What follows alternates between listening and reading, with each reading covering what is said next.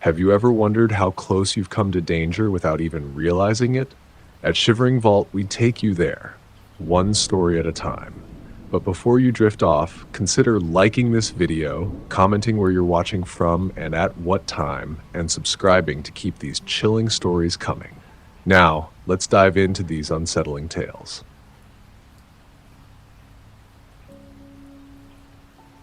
This is an old encounter of mine, something that still haunts me to this day.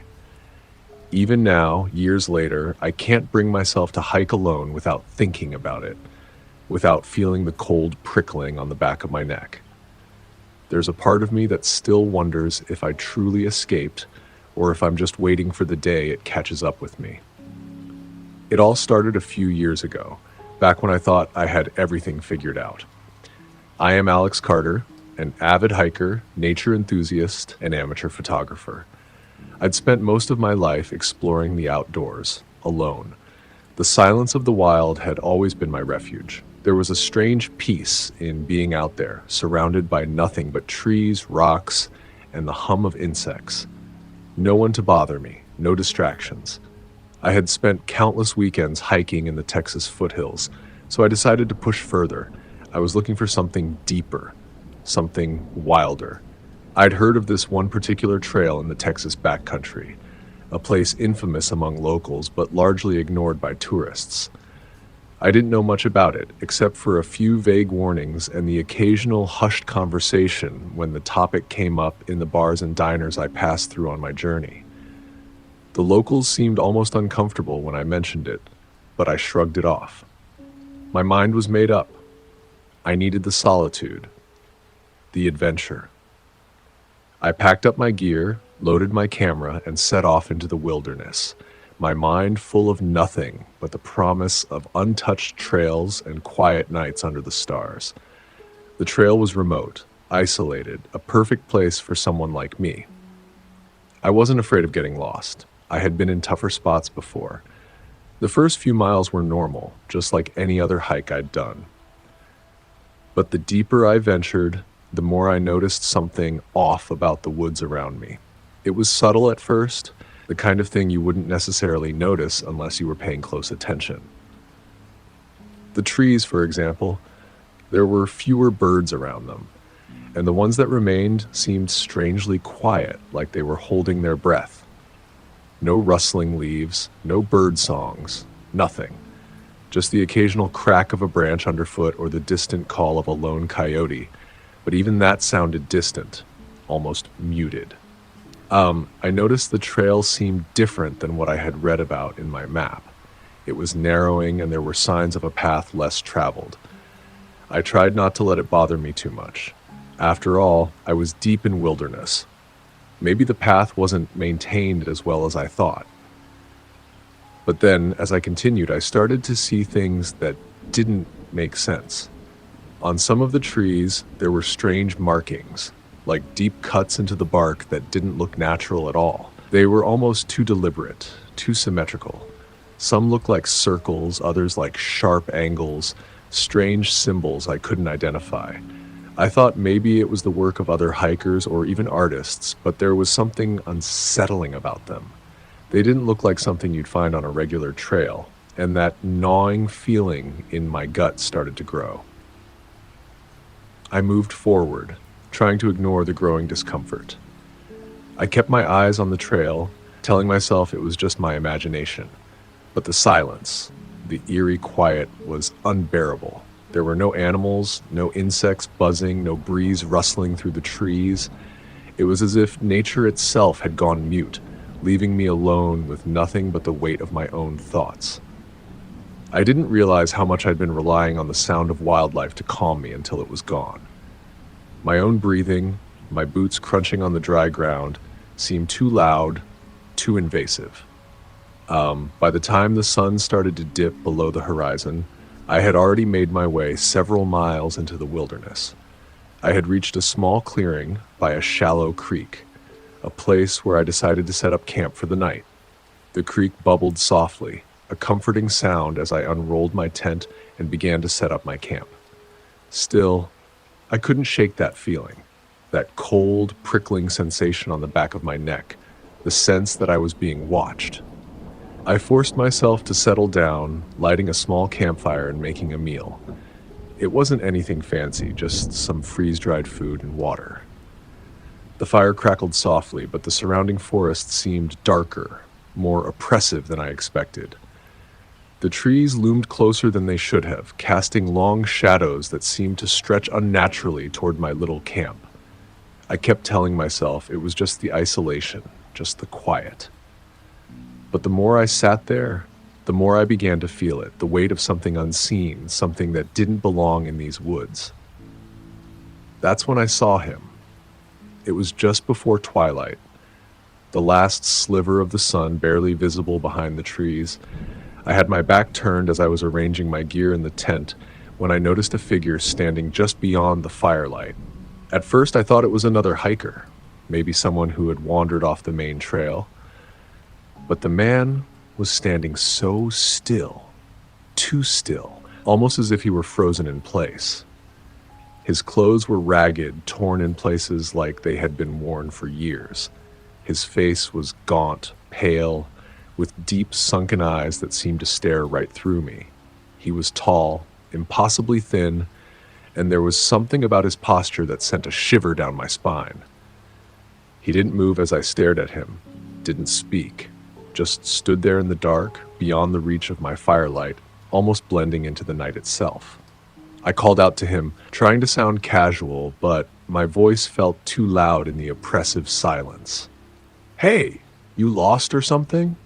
There was a long pause before he finally turned his head to look at me. His eyes were dark, almost hollow, and there was a deep sadness there that unsettled me in a way I can't explain.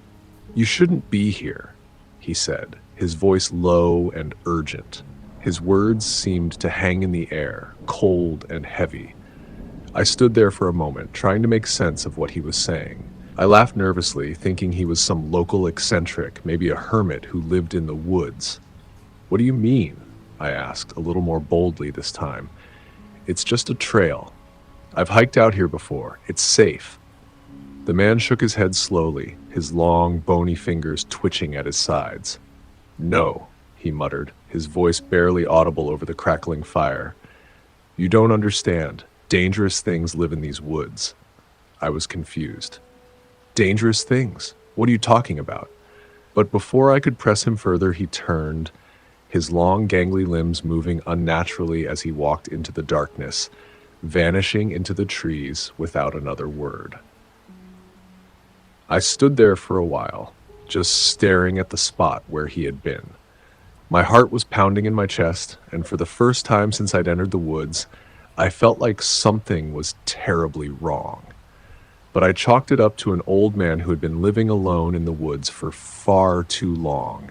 Someone who was just trying to scare me off. Still, the encounter stuck with me as I tried to settle in for the night. The fire flickered and popped, the smoke curling into the still air. I tried to ignore the strange weight in the atmosphere, the feeling that someone was watching me. I thought I had managed to shake off the unease until I heard something. No, felt something, creeping through the trees. It wasn't a noise, not exactly. It was more like a presence, a cold, suffocating pressure pressing in around me. I tried to ignore it, but it was hard. So hard. Sleep didn't come easily that night. Every time I closed my eyes, I imagined the figure of the man standing just beyond the firelight, watching, waiting. The next morning came slowly. The sun struggled to break through the dense canopy above, casting muted, pale light onto the forest floor. The birds were still silent, and there was something about the air that felt thick, almost suffocating. I woke up with a gnawing sense of dread, but I pushed it aside. I had been in worse situations before. This was just another part of the journey. I started packing up my camp, methodically going through the motions. I tried to focus on my task to keep my mind off the unease that clung to me like the damp morning fog. The memory of the man lingered in the back of my mind, but I told myself it was just some eccentric hermit or maybe a local who had too much time on his hands. He probably had a story to tell, and it was all just folklore, right? I loaded up my backpack, checked my map, and set off into the woods again, determined to keep moving forward. The trail was narrow now, barely more than a worn path through the underbrush. The trees were closer together here, their trunks thick and gnarled, their roots curling up from the earth like twisted fingers. The path seemed to wind in odd directions, and I had to pay close attention to the faded markings on the trees, small symbols scratched into the bark, almost too worn to recognize. For a while, I tried to ignore the gnawing sense of wrongness that had settled into my chest. I focused on my breathing, my steps, the quiet. But as I ventured deeper into the forest, the feeling only intensified. I don't know exactly when it started, but after a few hours I noticed I wasn't alone. There were signs of something that didn't belong in these woods. The remnants of old campsites littered the trail, abandoned and forgotten. But the oddest part, the way they had been left behind. These weren't just abandoned campsites. They looked like they had been hastily abandoned, almost as if the people who had camped there were running from something that made them leave everything behind. There were backpacks left open, their contents spilling out onto the ground. Clothes, food wrappers, and one tent that had collapsed on itself like it hadn't been properly packed up. But it wasn't just the belongings that struck me as strange. It was the air around the campsites. Something felt off, like the very ground had been disturbed. The dirt wasn't smooth where it should have been. It had been churned up like someone had been there recently, someone in a hurry. My heart rate quickened, but I didn't stop. I told myself it was nothing. People hike out here all the time. Sometimes people get caught up in their own world and forget the simplest things, like packing up properly, right? But the unease only grew with each step. I pressed on, even though the trail became more and more erratic, like it had been abandoned for years. The occasional tree marking, a slash in the bark, or a stone stacked on top of another, seemed out of place. I'd seen these kinds of markers before, and they were usually left by other hikers to guide their way. But these marks? These felt different, like they were meant to be more than just directional, more like they were warnings. But warnings for what? By the time I stopped for a break, the sun was high in the sky, but the light still felt strange, filtered through the dense trees. I found a small clearing with a thick carpet of pine needles underfoot, perfect for a rest. I unstrapped my pack and let it fall to the ground with a soft thud. I was exhausted, not physically, but mentally. The silence was starting to weigh on me, the kind of silence that wasn't normal. It wasn't peaceful. It felt like a heavy blanket, smothering everything. The slightest sound, a bird chirping, a twig snapping, seemed to make the forest come alive, making the stillness even more oppressive. I sat on a fallen log, pulling out my water bottle and taking a long drink. That's when I saw it. A glimpse out of the corner of my eye. Something moving in the trees, just beyond the clearing. I froze, not daring to turn my head. My mind raced. Could it be another hiker? Maybe someone who was just as lost as I was? I slowly shifted my gaze toward the movement. It was quick, too quick for a person, and it disappeared into the trees before I could get a good look at it. I couldn't shake the feeling that I wasn't alone anymore. But I tried to convince myself I was just being paranoid. I had been hiking solo for years, and I'd seen plenty of strange things out in the wild, but that didn't mean they were dangerous. This was just my mind playing tricks on me. I finished my break quickly, standing up and adjusting my pack. But as I did, I felt that cold shiver crawl down my spine. The feeling of being watched was stronger now. It was like a presence behind me, lurking just out of view, waiting for me to make a mistake.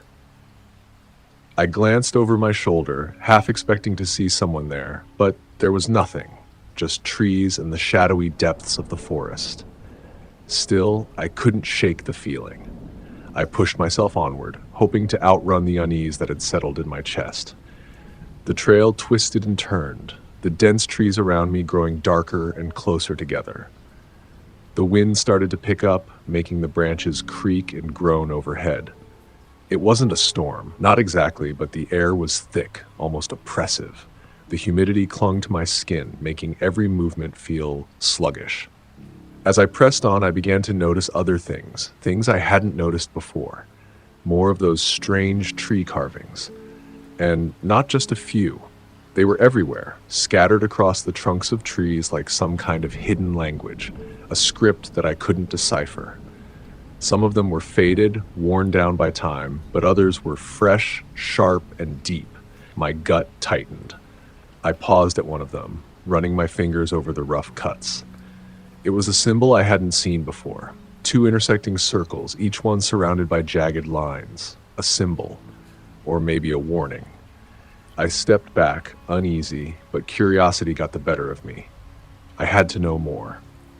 I continued along the trail, even though every step felt heavier than the last. I couldn't shake the feeling that I was heading straight into something I didn't understand, something that didn't belong in the natural world.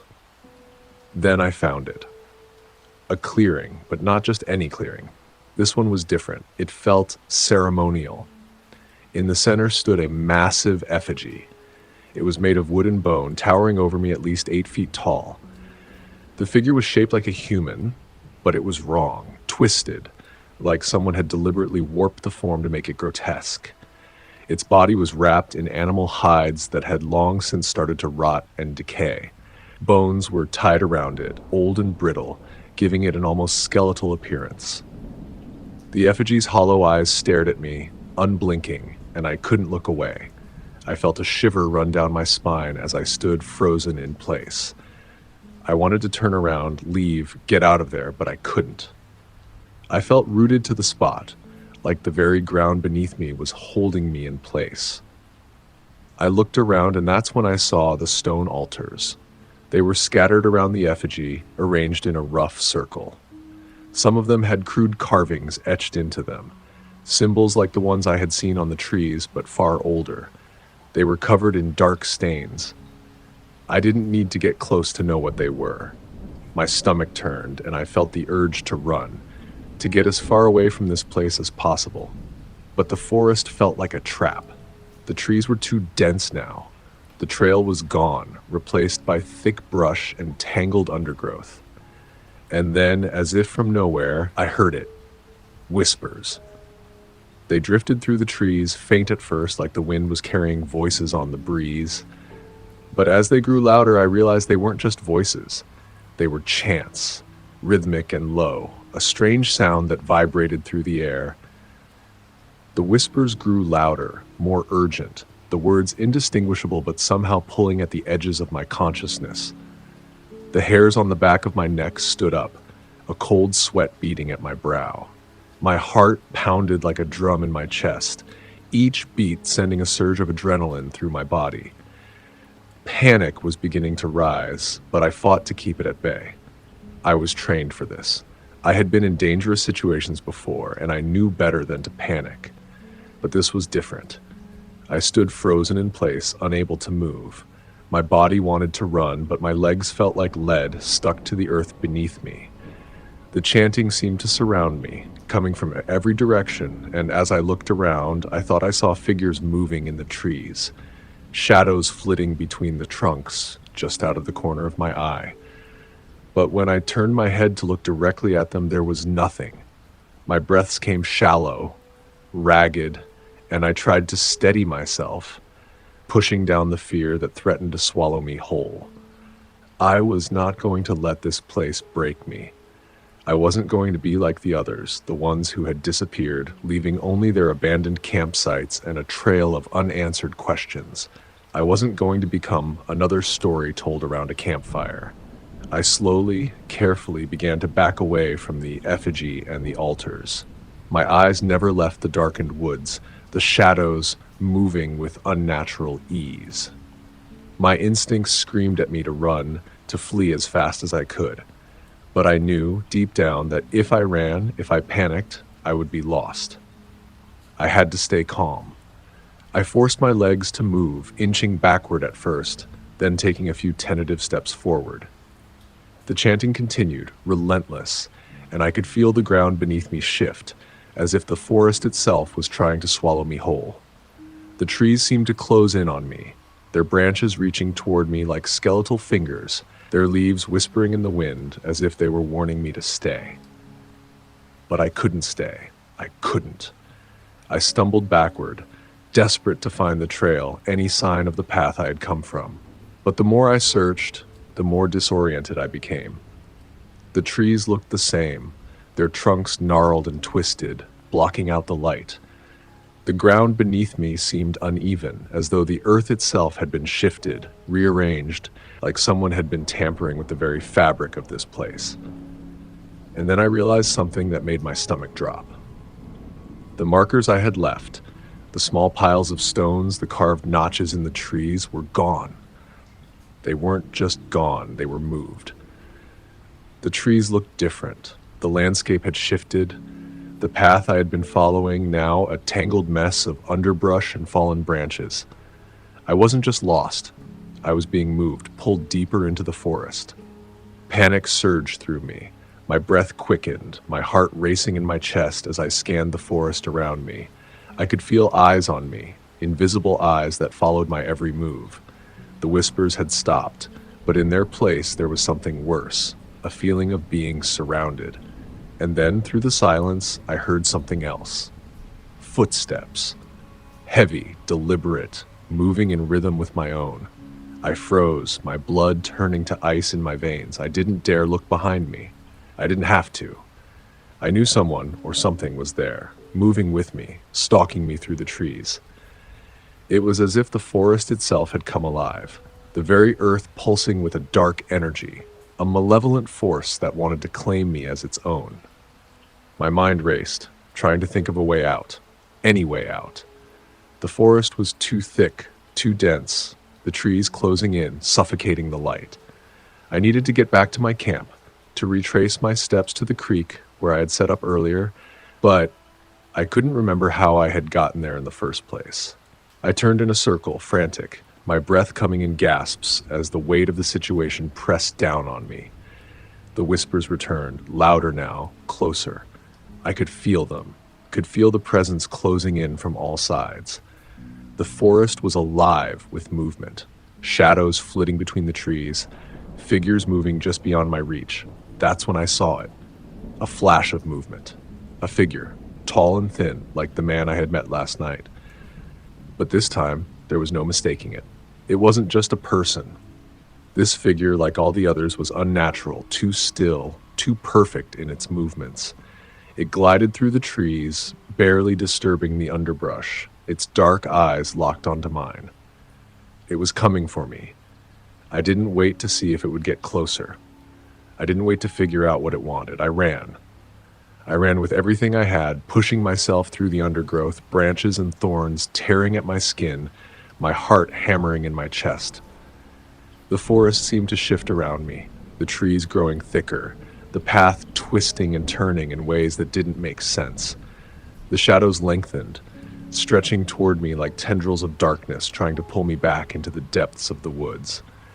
I could hear footsteps behind me now, too close, too fast, and I knew I wasn't outrunning whatever was chasing me, but I couldn't stop. I ran and ran, my legs burning with the effort, my breath ragged and sharp. I stumbled, my feet slipping in the loose earth, but I pushed myself up, kept running, and then, thank God, I saw it. A break in the trees, a sliver of light, a road. I pushed forward with the last of my strength, the ground uneven beneath me, and finally broke through the tree line, stumbling into the open space. My legs gave out beneath me, and I collapsed onto the dirt road, gasping for breath, my heart racing in my chest. I looked back into the woods, terrified that the figures would emerge, that I would see those same hollow eyes staring back at me. But the forest was still, deadly still. The sounds of the chanting faded into silence. I didn't care. I couldn't care. I heard the rumble of an engine in the distance, and within moments, headlights appeared through the trees. A pair of hunters, their truck bouncing down the rough dirt road. They slowed as they saw me, an obvious look of confusion on their faces. "What the hell are you doing out here, kid?" One of them called out. I could barely speak. I was trembling, my voice weak and hoarse as I managed to choke out, "Get me out of here." They didn't ask any more questions. They just pulled over and helped me into the truck, driving me out of the woods and back to civilization. When we got back to town, I went straight to the local sheriff's office, desperate to tell someone what had happened. The sheriff listened patiently, but his expression didn't change. He nodded slowly and told me that there had been rumors of strange things in those woods for years. People disappeared, sure, but he didn't believe it was anything supernatural. When they searched the area, they found an abandoned campsite. They found the remnants of gear, the fire pit still smoldering, but there was no trace of the effigy, no chanting, no markings on the trees. Nothing. They told me it was just a legend, that I had probably just gotten scared and imagined everything. But I know the truth. I know what I saw. The forest is still out there waiting, watching. And I don't think I'm the only one who's ever felt its gaze. And I don't think I'll ever be able to shake the feeling that something, somewhere, is still looking for me.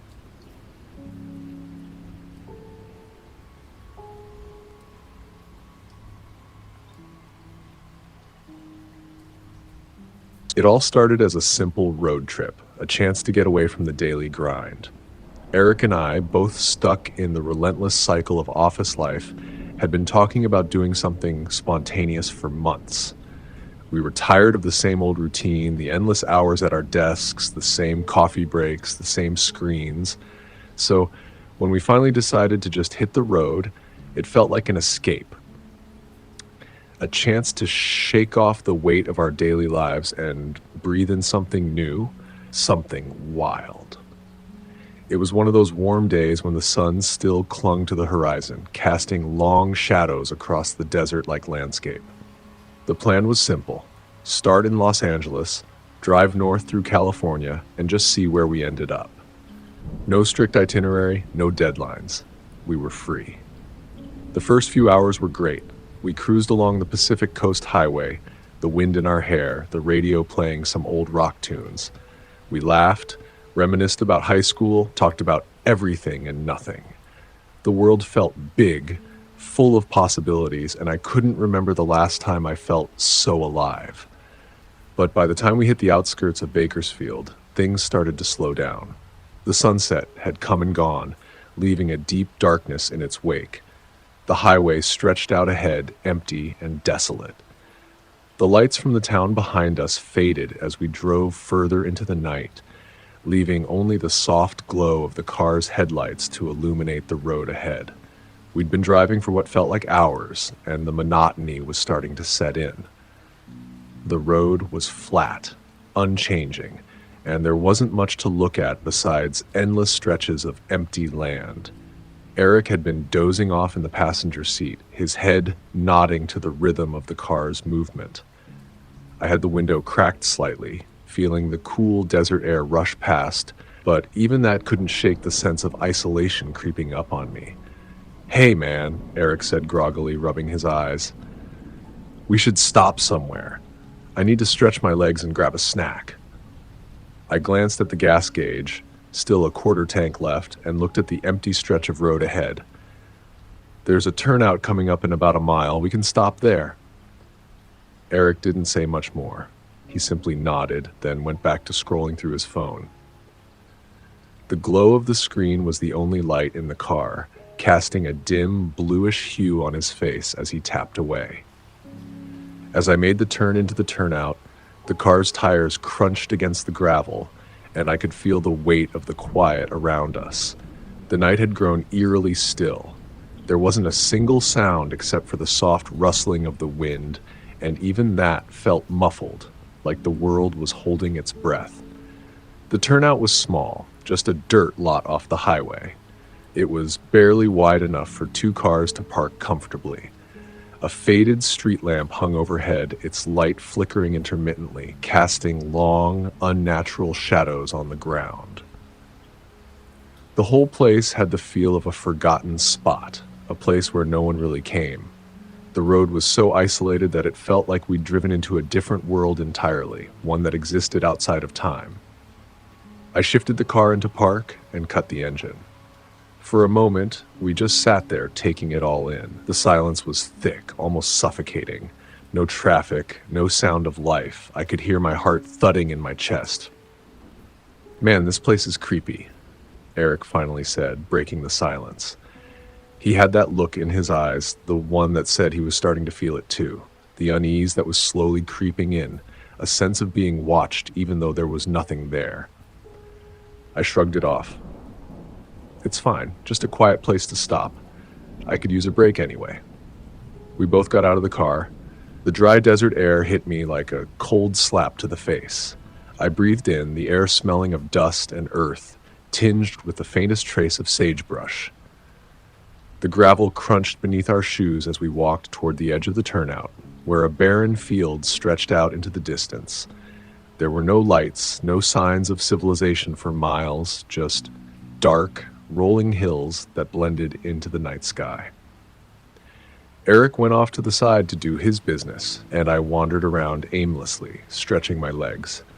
The darkness around us felt strange, oppressive almost, like it was closing in.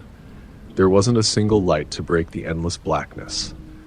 Nothing to remind me that there was a world beyond this desolate stretch of highway. I glanced around, scanning the empty landscape. In the distance, I saw something that made my stomach twist. A truck. An old, rusted thing, its body painted a dull shade of red. It was parked off the side of the road, facing us. The headlights were off, but it was positioned in such a way that it felt like it was watching us. I couldn't shake the feeling that it had appeared out of nowhere, like it had been parked there for hours, waiting for us to pull in. "Hey, Eric." I called over my shoulder, but my voice sounded strange in the quiet night air. "Check that truck out. Where did that come from?" Eric looked up from where he was standing and followed my gaze. For a moment, he was silent, then he shrugged. "Probably just some old guy camping out or something," he said nonchalantly. But I could tell by the way he avoided looking at it that he was starting to feel the weirdness too. I stood there for a second longer, my eyes fixed on the truck. It was a strange thing, old, worn down, and abandoned looking, but there was something about it that made my skin crawl. It seemed so out of place in the middle of nowhere. There was no other car around, no sign of any human presence nearby, just this one truck parked and waiting. Eric finally came back, and we both walked back toward the car. We didn't say much. Just a few awkward glances exchanged, both of us trying to shake off the discomfort we were feeling. But something about that truck kept nagging at me, like I was missing something important. I slid into the driver's seat and started the car. The engine hummed to life, and for a moment I thought we'd be fine. But then, out of nowhere, the truck's headlights flashed on. It was sudden, like a slap to the face. The blinding lights cut through the dark like a hot knife through butter, and I froze for a second, not knowing how to react. I wasn't sure what I'd just seen. The truck hadn't moved, had it? The lights were bright, too bright for such an old vehicle. The intensity of them made my pulse quicken. I instinctively slammed my foot on the brake, but I was already staring in disbelief. Eric's voice broke through my shock. "What the hell? Did it just turn on?" I looked at him, my eyes wide. "Yeah, I don't know. That's not normal." We both sat there, staring at the truck, unable to look away. The silence was shattered by the sudden roar of the engine. It was loud. Too loud. The noise pierced the stillness of the night, vibrating the air around us. I felt it deep in my chest, like the earth itself was shaking. The truck was alive now, active and moving. The lights blinked on, illuminating the surrounding desert in an eerie glow. I glanced at Eric. His eyes were wide with fear now, his face pale. I could see his knuckles tightening on the seat as he sat forward, trying to make sense of what was happening. I don't know why, but at that moment my instinct told me to drive. Fast. I didn't even wait to think about it. I threw the car into reverse and tore out of the turnout, the gravel spinning beneath the tires. The engine roared louder, the truck's headlights growing bigger and bigger in the rearview mirror. Something told me that we weren't alone anymore. I didn't know what was happening, but everything inside me was screaming to get away. I floored the gas pedal, not even bothering to look at the speedometer. The car shot forward, its tires gripping the cracked asphalt, the engine whining as it fought to gain speed. But that truck was right behind us. It wasn't just following at a normal distance, it was right on our tail. The headlights in the rearview mirror were blinding now, and I couldn't shake the feeling that the truck was pushing us, chasing us down with a relentless, single-minded purpose. Go, go, go! Eric yelled from the passenger seat, his voice thick with panic. He was clutching the armrest like his life depended on it, which, in that moment, I felt like it did. I glanced in the mirror again. The truck was still there, barely a few feet away, and its headlights were so close now, I could almost feel the heat coming off them. The way it stayed so perfectly aligned with our car made my heart race. It wasn't just driving behind us, it was tailgating us, forcing us to speed up. There was no room for us to maneuver, no way to shake it off. It was like the truck was hunting us, anticipating every move we made. The road ahead was just a straight line, the highway stretching into the darkness with no turns in sight. But I wasn't sure how much longer I could keep this up. The sedan was beginning to feel like a sitting duck, its small frame nothing compared to the massive truck. It was only a matter of time before it caught up, and when it did, I wasn't sure we'd survive it. "Dude, hit the gas harder," Eric screamed, his face pale, eyes wide. He was practically shaking now, his breath shallow. I could hear the tension in his voice, the panic growing. "That thing's not letting up. It's like it knows what we're gonna do." I gripped the wheel so tightly my knuckles were aching, but there was no room to go faster.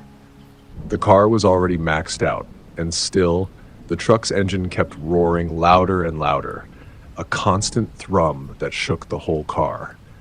I glanced at the rearview mirror again, and that's when I saw it. The truck wasn't just following now. It was pushing us. The headlights were so close they were almost blinding. A sharp jolt hit the back of the car, and I could feel it in my bones. The truck had slammed into us. I jerked forward in my seat, barely able to keep the car steady as it lurched forward. "Jesus," I shouted, trying to regain control of the wheel. The tires squealed as I yanked the car to the left, but the truck stayed right behind us, like it was attached to us. I couldn't breathe. I couldn't think straight. My head was spinning, my heart hammering in my chest. Before I could react, another hit, a harder one this time. The car rocked violently, and I swerved toward the shoulder of the highway. I could feel the car losing control, the tires skidding on the uneven road. For a second, I thought we were going to flip, but I managed to correct it just in time. Come on," Eric yelled, his voice shaking with terror. He was gripping the dashboard now, and I were eyes locked on the road ahead. "We need to find somewhere to pull over. Somewhere. Anywhere. That's safe." But there was nowhere. There was nothing out there but empty highway. "Hold on," I shouted, my voice cracking. My hands were slick with sweat as I kept the car steady. The truck hit us again, this time spinning us slightly, and I had to fight against the wheel to keep from crashing. I could feel the weight of the truck like it was trying to push us into the dirt, off the road entirely. But just when I thought we were done for, I saw a light in the distance. It was faint, just a small flicker at first, but it was something. A gas station. Just a single pump and a glowing neon sign that flickered weakly in the dark. It was small, barely noticeable, but it was our only chance. "We're going for it," I yelled, my heart pounding in my chest. I slammed my foot down harder on the gas pedal, the engine growling as the car surged forward. The truck, relentless as ever, slammed into us once more, pushing us off course. The car's rear end fishtailed, and for a split second I thought we were going to end up in a ditch. But I swerved sharply, my tires screeching against the pavement, and somehow managed to keep the car on track. Just a little further, I muttered under my breath, hoping like hell we could make it. The truck rammed us again, harder this time. My whole body was jolted forward, and I barely managed to keep control. The gas station was getting closer now, the flickering lights brighter, and I could feel a glimmer of hope rising in my chest. We were almost there. We just had to make it. With one final desperate push, I swerved the car into the lot, tires screeching as the gravel underfoot kicked up around us. I didn't even look back. I just threw the car into park and slammed the door open, leaping out as fast as I could. Eric was already halfway to the gas station's entrance, his legs unsteady, his face as pale as a ghost. I followed him, my heart still racing, adrenaline surging through my veins. I could still hear the truck's engine in the distance, its roar fading slowly as it stopped on the road just outside the station. The moment we stepped into the gas station, I felt like I could breathe again. The door slammed shut behind us with a hollow thud, and I turned to look at the small, dimly lit shop. It was empty except for the elderly man behind the counter who didn't seem too surprised to see us, just tired like he'd seen it all before. "Hey, are you all right?" the man asked, eyeing us with a mix of curiosity and concern. Eric stumbled over his words, trying to explain what had just happened. "There's this truck, this guy. He kept chasing us. He was trying to run us off the road. It's not safe out there. You have to call the cops or something." The man nodded, his face turning serious. "I'll call them right away. Don't worry, you're safe here now." The clerk made the call, his voice calm as he explained the situation to the dispatcher. We could hear the operator on the other end asking questions, confirming our location. We didn't have much hope that the police would arrive in time. After all, it was a quiet stretch of highway, and the truck had already disappeared. But the clerk was insistent, speaking clearly, giving them every detail we could remember. He made sure they understood how dangerous the situation had been. Within minutes, we heard the unmistakable sound of sirens in the distance, growing louder. When the police arrived, they took everything seriously. They immediately spoke to us, asking for details and trying to get a description of the truck. The officers were professional, asking calm and specific questions as they took notes. "You're lucky you made it here," the officer said after taking our statement. "We'll keep an eye on this stretch of road tonight. You did the right thing by pulling over." I nodded, still in shock. "But there's no sign of the truck. We swear it was right behind us." "We'll keep looking," the officer reassured us. "It's not uncommon for cars to get stuck out here. Sometimes people drive off-road, get lost. We'll check the area, make sure there's no one out there doing something illegal." The deputy added, "We'll also check for any possible traffic cams or reports of any other strange incidents along the highway."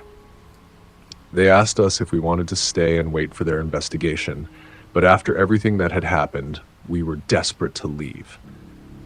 We thanked them, though, grateful for their professionalism and attention. As the police car left the lot, we both felt a little safer. The officers had reassured us that we were no longer in immediate danger. They promised they would check the area thoroughly, and their presence helped lift the weight off my chest. Eric and I spent the next few hours recovering at the gas station. The clerk was kind enough to let us stay inside, where we caught our breath trying to process everything that had just happened. When the time came, the police drove by once more on their patrol, making sure we were still safe before leaving us to continue on our way. By the time we were ready to leave, the night had stretched on. The sky was dark, the stars hidden behind the blanket of desert air. I was reluctant to get back into the car, but we had to move forward. "Do you think it's really over?" Eric asked, his voice uncertain. The tension still hung thick between us. I don't know, I said quietly, but it feels like it is. The police are keeping watch and nothing's followed us here. I think we're okay now. We slowly made our way back onto the highway. The darkness felt different now, calmer, even though the fear still lingered. For a moment, I thought I saw something in the rearview mirror, but when I looked again, there was nothing. It wasn't until we got closer to Fresno that I finally felt like I could breathe again. The truck hadn't come back. The night had passed, and we were still safe. But sometimes, when I drive late at night and I catch a glimpse of headlights behind me in the rearview mirror, I can't help but to remember that incident. I can still feel that heavy weight of the truck's presence, the blinding headlights, and the fear that I couldn't escape. And for a split second, my mind still wonders, is it still out there, waiting?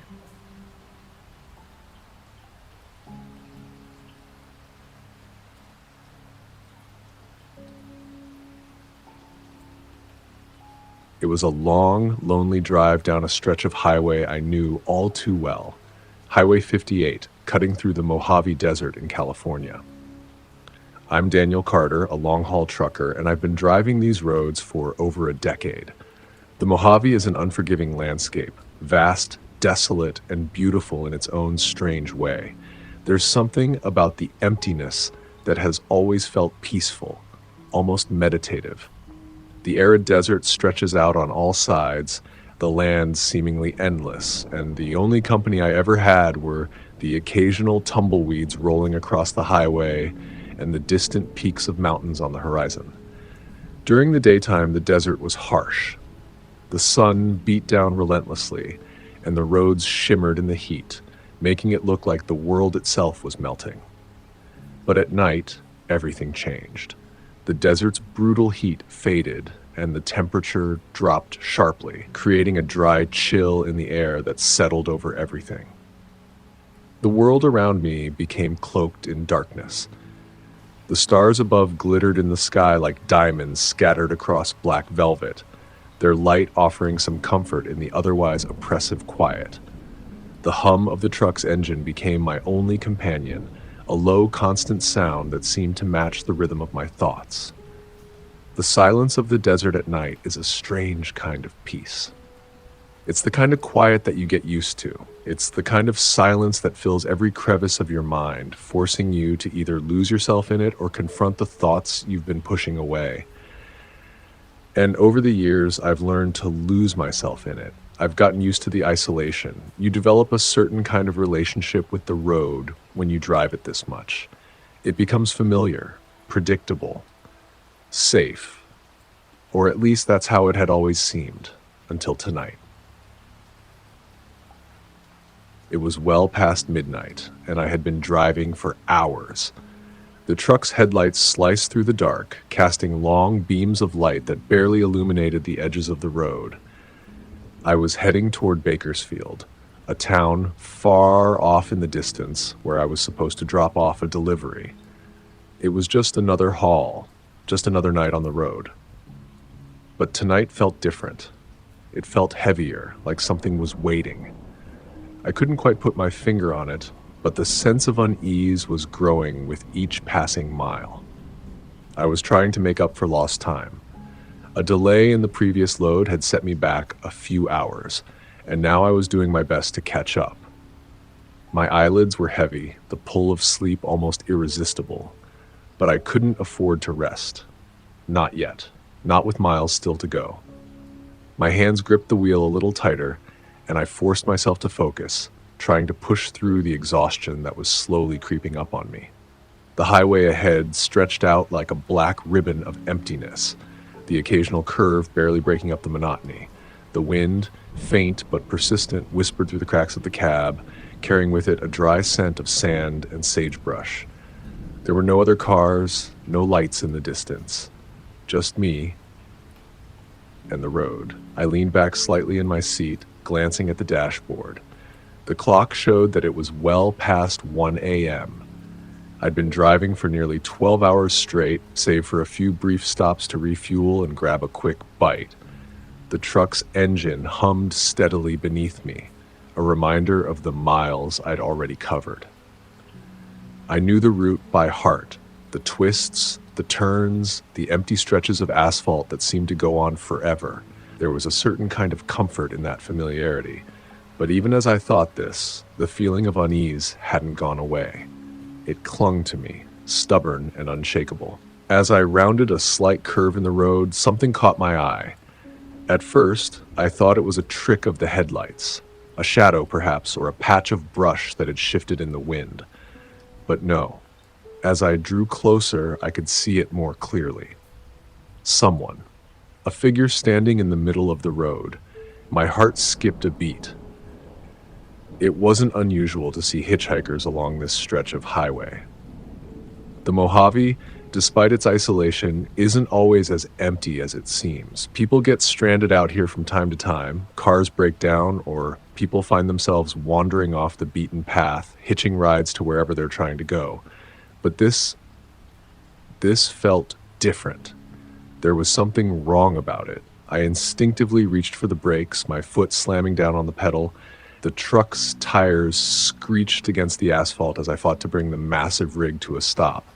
The vehicle lurched forward before the brakes caught, and I felt the truck slowing rapidly, the heavy cargo behind me shifting slightly.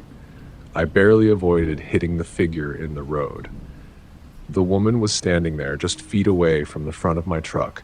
I couldn't tell much about her at first, just that she was wearing tattered clothes, her arms wrapped tightly around herself as if she were trying to shield herself from something. I didn't know what. She was barefoot, her feet dirty and cracked like she had been walking for miles, but there was no sign of a vehicle nearby. Nothing to explain how she got out here in the middle of nowhere, with the nearest town miles away. The headlights from my truck illuminated her in a harsh, unflattering light. Her hair was wild and unkempt, falling in disarray over her face. She didn't move as I came to a stop, standing perfectly still as though waiting for something, or someone. For a moment I just sat there, staring at her. I could feel my heart racing, an unfamiliar sensation of discomfort gnawing at my insides. There was no logical reason for it. I had seen my fair share of hitchhikers in my time. Hell, I've picked up a few myself in the past. But something about her presence was unsettling. There was an air about her, an aura of desperation, or maybe something darker that I couldn't place. For a long moment, neither of us moved. The only sound was the hum of the engine and the faint rustle of wind outside the cab. I thought about rolling down the window and asking if she needed help, maybe offering a ride to the nearest gas station or town, but something held me back. My instincts were screaming at me to keep the window up, to lock the doors, to drive away as fast as I could. But I couldn't just leave her there, could I? I didn't know what she was doing out there. Maybe she was lost. Maybe she needed help. I cleared my throat, trying to steady my voice. "Are you okay?" I called out. My voice sounded weak in the stillness, almost foreign to me. I couldn't remember the last time I'd spoken in the desert at this hour. The silence had been so complete that it felt wrong to break it. She didn't respond at first. Her head tilted slightly to one side, as if she were considering my question, or perhaps she hadn't heard me. My stomach twisted uneasily as I shifted in my seat, glancing at the side mirrors for any sign of other vehicles. But there was nothing. Just me, the truck, and this strange woman standing in the road. And then slowly she raised her head, looking directly into my eyes. It wasn't just her gaze that sent a chill down my spine. It was the way she looked at me, eyes wide, unblinking, almost too wide. Her pupils were dilated, her expression vacant, as if she were staring at something just beyond me, something I couldn't see. Something that made me feel like an intruder in this strange, quiet world. For a few seconds, I couldn't move. I couldn't speak. My mind raced, trying to make sense of what was happening, but everything in me was screaming that something wasn't right. Then, to my horror, she smiled. But it wasn't a smile. Not the kind of smile you give when you're relieved, or happy, or grateful. No, it was something far darker. Her lips stretched unnaturally wide, as though her mouth was too small to contain the grin. It wasn't a welcoming gesture. It was predatory. I felt a shiver crawl down my spine as my hands tightened on the wheel. My instincts were telling me to turn the truck around and get out of there. Fast. But I was paralyzed, unable to tear my eyes away from hers. And then she did something that made everything worse. She whistled. It wasn't a casual whistle, the kind you might use to pass the time or signal someone. No, this was sharp. It was unnatural. It cut through the silence of the desert with a piercing shriek that seemed to hang in the air long after it faded. It echoed, vibrating against the walls of my mind. A sudden coldness swept over me, making the hairs on the back of my neck stand up. My breath caught in my throat, and my heart thudded violently in my chest. Something was terribly wrong. I was about to roll up the window to slam the truck into gear and drive away when I heard it, the sound of heavy footsteps, fast and deliberate, coming from the dark expanse of the desert. My pulse skipped, and that's when the real nightmare began. The footsteps were growing louder, fast, almost too fast, and for a brief moment my mind couldn't fully comprehend what was happening. It was as if the entire desert had come alive.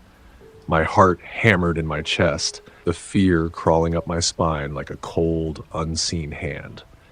I could see shadows moving in the periphery, shapes flickering in the dark like they were drawn from the very earth itself. My eyes darted to the side of the road, to the darkness beyond the headlights. And that's when I saw them. Two figures tall and cloaked in shadow, emerging from the edge of the highway. At first, I thought they were just part of my fear, a product of my mind working overtime. But no. As they stepped forward, they were unmistakable. Men. Big, muscular, their movements calculated like predators closing in on their prey. They were moving toward the truck with unnerving speed, and something about their gait, their deliberate, purposeful steps, made every cell in my body scream to run, to get away, to flee. One of the men was holding something, a crowbar, the other, a hunting knife, gleaming faintly in the pale light of my truck's headlights. Both weapons looked out of place in the middle of nowhere. Out of place and ominous. I couldn't see their faces clearly, but I could make out the cold set of their bodies, the way they walked like they owned the night, like they had planned this for a long time. Panic surged through me. Every instinct in my body screamed at me to lock the doors, to get the truck in gear and drive the hell out of there. But fear froze me in place. I didn't know what they wanted, but I knew I didn't want to find out. I glanced at the rearview mirror, expecting to see a third figure, maybe more, but I couldn't see anything in the mirror except the darkness of the road stretching back. No vehicles, no lights, just endless emptiness. My truck felt like the only thing in the world, but even that was no guarantee of safety. Then, just as the men reached the side of the truck, one of them, tall, broad-shouldered, and wearing a dark jacket, pulled at the door handle. My pulse spiked, and for a moment I was paralyzed. I felt like a deer caught in the headlights, my mind screaming at me to act, but my body felt heavy, like it was being dragged underwater. It was the sound of his hand slamming against the door handle, shaking it violently, that snapped me out of my paralysis. A jolt of adrenaline shot through my body. I reacted on pure instinct. I slammed the door shut, my hands shaking as I fumbled to lock the cab's door. His hand made contact with the window at the exact moment the truck's engine roared to life. It was like a slow-motion moment, a collision between terror and desperate action. His hand hit the window with a sickening thud, the noise reverberating in my ears as the glass rattled against the frame. I couldn't think. I didn't even process what was happening until my foot hit the gas pedal. The truck lurched forward, tires screaming as they fought to gain traction on the dark asphalt. The engine roared, its sound filling my ears like a burst of chaotic noise cutting through the terror. My hands clung to the wheel, knuckles white, as I fought to keep control of the massive rig. I barely even noticed the man with the crowbar swinging it toward the side of my truck, the metallic clang of metal against metal ringing out like an explosion in the night. The side mirror shattered instantly. I didn't even see it break. It happened too fast. But the sound of the glass shattering, of the impact, it seared itself into my mind. The pieces of the mirror flew in every direction, some of them hitting the side of the truck with soft thuds as I sped away. But I didn't look back. I couldn't. I didn't dare to take my eyes off the road. I slammed the accelerator down further, pushing the truck faster, harder, the engine growling beneath me like an angry beast. The truck surged forward, the rubber of the tires gripping the road with a desperation that matched my own. I knew they were still behind me. I could feel them, like shadows chasing me in the dark. I glanced in the side mirror, half expecting to see one of them gaining on me. But the darkness swallowed up everything in the rear view. There was no sign of the men, no sign of the woman, not even the wrecked mirror, just the blur of black stretching out into nothingness behind me. But that didn't comfort me. I couldn't explain it, but there was something wrong. The night seemed to press in on me, thicker now, like it was consuming everything around me. The moon barely lit the road, and the darkness on either side of me felt suffocating. The night wasn't just dark. It was oppressive, almost alive, as if the desert itself was a breathing entity, watching me, waiting. Every mile I covered seemed like an eternity. The highway stretched on endlessly, a black ribbon of asphalt cutting through the vast, empty expanse of the desert. I don't even remember how long I kept my foot pressed down on the accelerator, the truck's engine roaring as it surged forward. I just know that I couldn't stop. I couldn't afford to slow down. My eyes flicked constantly to the rearview mirror, hoping, praying that I wouldn't see the flicker of headlights behind me. But the emptiness stayed behind me, undisturbed. I finally broke through the haze of panic long enough to see a gas station up ahead, the faint glow of its lights piercing the night. It seemed like an oasis, like a lifeline in the middle of the desert. My breath was ragged, my heart pounding in my chest like a drum, and my hands were slick with sweat. But I knew I had to get to that station. I had to stop. My body was screaming for rest. My mind was reeling from everything that had just happened. But most of all, I just needed to feel safe. And for some reason, that gas station, small and flickering as it was, felt like the only safe place in the world. I steered the truck into the gas station, the gravel crunching under the tires as I pulled to a stop by the pumps. The light above the station flickered erratically, casting shadows that seemed to dance around me, distorting reality. I sat there for a moment, hands still gripping the steering wheel, breathing heavily, trying to regain my composure. My mind was racing. What had just happened? Was it a robbery gone wrong? Some kind of sick game? I couldn't make sense of it. My eyes darted to the surrounding desert, expecting to see someone, anyone, lurking in the dark. But there was nothing. The station was still, silent, empty. I killed the engine, but the sound of my own heartbeat seemed too loud. It was the only sound in the world, a reminder of the terror I had just escaped. I sat there for a few moments, not moving, trying to gather my thoughts. My hands were shaking so badly that I couldn't seem to pry them off the wheel. My heart was still hammering in my chest, and I felt like I was suffocating, like the air around me had grown thicker, heavier.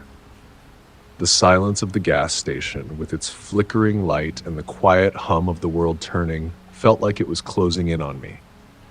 I forced myself to exhale slowly, trying to steady my breathing. My eyes darted to the gas station attendant's booth.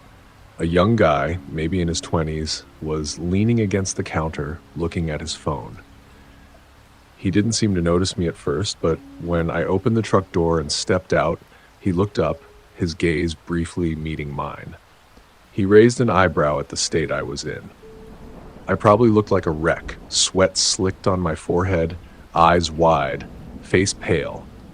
I wasn't sure what kind of mess I looked like, but I felt like I had just survived something I couldn't explain. Something wrong. Something that shouldn't have happened in a place like this.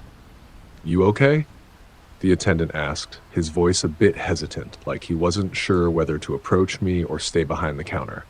I swallowed hard, my throat dry, and nodded. "Yeah, just need a coffee." He eyed me for a moment longer, probably wondering if he should call someone, but then he simply nodded and went back to his phone. I wasn't in the mood to make conversation. I didn't want to hear any more about the desert. I didn't want to talk about what had just happened. I just wanted to shake the feeling of it off, as though walking away from it would somehow make it disappear. I made my way to the counter, still feeling like I was moving through a dream. The world seemed a little off-kilter, like everything had been tipped just slightly out of place, and I couldn't get back to normal. The attendant gave me a strange look as I paid for the coffee, his eyes flickering down to my trembling hands. I didn't care. I just needed the warmth, the familiarity of something simple. I wrapped my hands around the cup, letting the heat soak into my skin as I took a deep breath. I walked out of the station and back to my truck, the world feeling different now. Heavier, darker, more oppressive. I climbed into the driver's seat, started the engine, and pulled away. The truck rumbled to life, and as I pulled back onto the road, I couldn't shake the feeling that something was following me. I drove for hours, my eyes never leaving the road, my thoughts swirling with everything that had happened. The woman, the men. I didn't know what was real anymore. Was it a trap, or was there something truly sinister at play, something I couldn't explain? I didn't know. But what I did know was that I would never, ever take that stretch of highway again.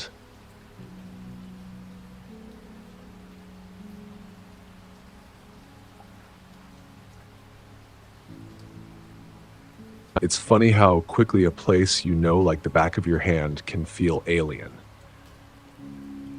That's what I realized that Friday night in the summer of 2019, when I was 17 and home alone for the weekend. My parents had left to visit my aunt and uncle about 3 hours away. It was the first time I'd been alone in the house for any length of time. And I was honestly kind of excited about it. I mean, who wouldn't be, right? No siblings fighting for the remote, no parents hovering over your shoulder. Just me, the quiet house, and all the time in the world to do whatever I wanted. I figured I'd stay up late, watch movies, order pizza, typical teenager stuff. But even before the sun went down, there was a strange feeling in the air. I couldn't put my finger on it at first, but I could tell something was off. The air was heavy and thick, more humid than usual for a Texas summer evening. It was the kind of heat that clings to you, like the air itself is sweating, making it hard to breathe. The kind of night where the silence feels almost too loud. By 10 p.m., I had finished dinner and was in the process of locking up for the night. I always locked the doors and windows before settling in for the evening, something my mom drilled into me since I was a kid. Old habits die hard. I made my way toward the back porch, stepping out into the warm night air. The backyard stretched out before me, and from this vantage point, the house felt like a giant looming shadow. It was so quiet. Everything was still. The only sound was the distant hum of crickets, that familiar chorus of nighttime insects that usually made me feel at peace. But tonight, even that seemed unnervingly quiet. I remember standing there for a moment, looking out at the yard, the dark sky above me, the stars barely visible through the haze of city lights. Then I saw it. My gaze shifted to the backyard gate, which was on the far side of the yard. I'd locked it earlier when I came back from hanging out with friends. I was sure of it. But now, as I stood there on the porch, I noticed that the gate was wide open. Not just a little bit, completely wide. It was hanging there, swaying slightly in the breeze. I felt a cold twinge of dread in my stomach. I know for a fact I'd locked it. I remember checking the latch when I first came home, making sure it was secure. The idea of someone else having tampered with it made my heart skip a beat. I froze in place, staring at the gate. My first thought was to blame the wind. Maybe the latch had come loose, or maybe I had missed it when I locked it. But then I thought back to earlier in the day. When I locked the gate, I'd made a point to check it twice. I never forget things like that. Still, the longer I stood there, the more I felt like I was being watched. I couldn't shake the feeling that someone was out there in the darkness, lurking just beyond the fence. The backyard, usually a place of comfort for me, now felt like an ominous void. I took a step forward, my heart racing.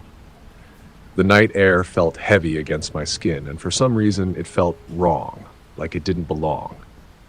There was a strange tension in the atmosphere, something I couldn't explain but could feel in my bones. I moved slowly, cautiously, toward the gate. The porch light cast long shadows across the yard, making everything appear distorted. My feet shuffled over the wooden deck, the boards creaking beneath me as I walked. It wasn't like I had a plan in mind, but I needed to know what had happened. I reached the gate and grabbed the cold metal latch. The quiet, oppressive air pressed against me as I worked the mechanism, trying to lock it again. My hands were shaking, subtle, but noticeable. Maybe it was the weirdness of the situation, or maybe it was just nerves, but I felt on edge. Click. I locked the gate again, double-checking it just to make sure. But standing there, I couldn't shake the feeling that something wasn't right. There was something eerie about the way the night hung around me, about the way the air didn't feel normal. Every sound, every little shift of the wind seemed amplified, like it was coming from just behind me. I quickly turned around, but saw nothing. I shook my head, forcing myself to take a deep breath. I needed to get inside. The light from the back porch didn't reach far enough to illuminate the rest of the yard. Beyond the gate, the shadows seemed to stretch on forever, covering everything in darkness. I looked at the empty yard, a chill running down my spine. Why did everything feel so strange? My mind started playing tricks on me, conjuring up shadows that didn't exist. Still, I forced myself to move quickly, heading back toward the door. But as I reached it, I glanced one last time toward the gate and the empty yard beyond it. The darkness felt like it was closing in on me, as if the world outside had become something unfamiliar. I stepped inside and locked the door behind me, the sound of the lock clicking into place offering a momentary sense of security. But even then, I couldn't shake the unease that clung to me. The house, which had always felt like my sanctuary, now felt different. The walls seemed to loom larger, and the familiar noises of the house, the creaking of the floorboards, the hum of the refrigerator, sounded louder, almost exaggerated. I looked around, half expecting to see something or someone standing in the corner, watching me. I checked the windows, ensuring they were locked. I made my way through the house, flicking off lights, pulling the curtains shut. But even as I did so, I couldn't help but feel like I was being watched. I could almost hear the sound of someone breathing behind me, just out of sight. Every footstep, every sound felt like it was magnified in the quiet. It was as if the house was holding its breath, waiting for something.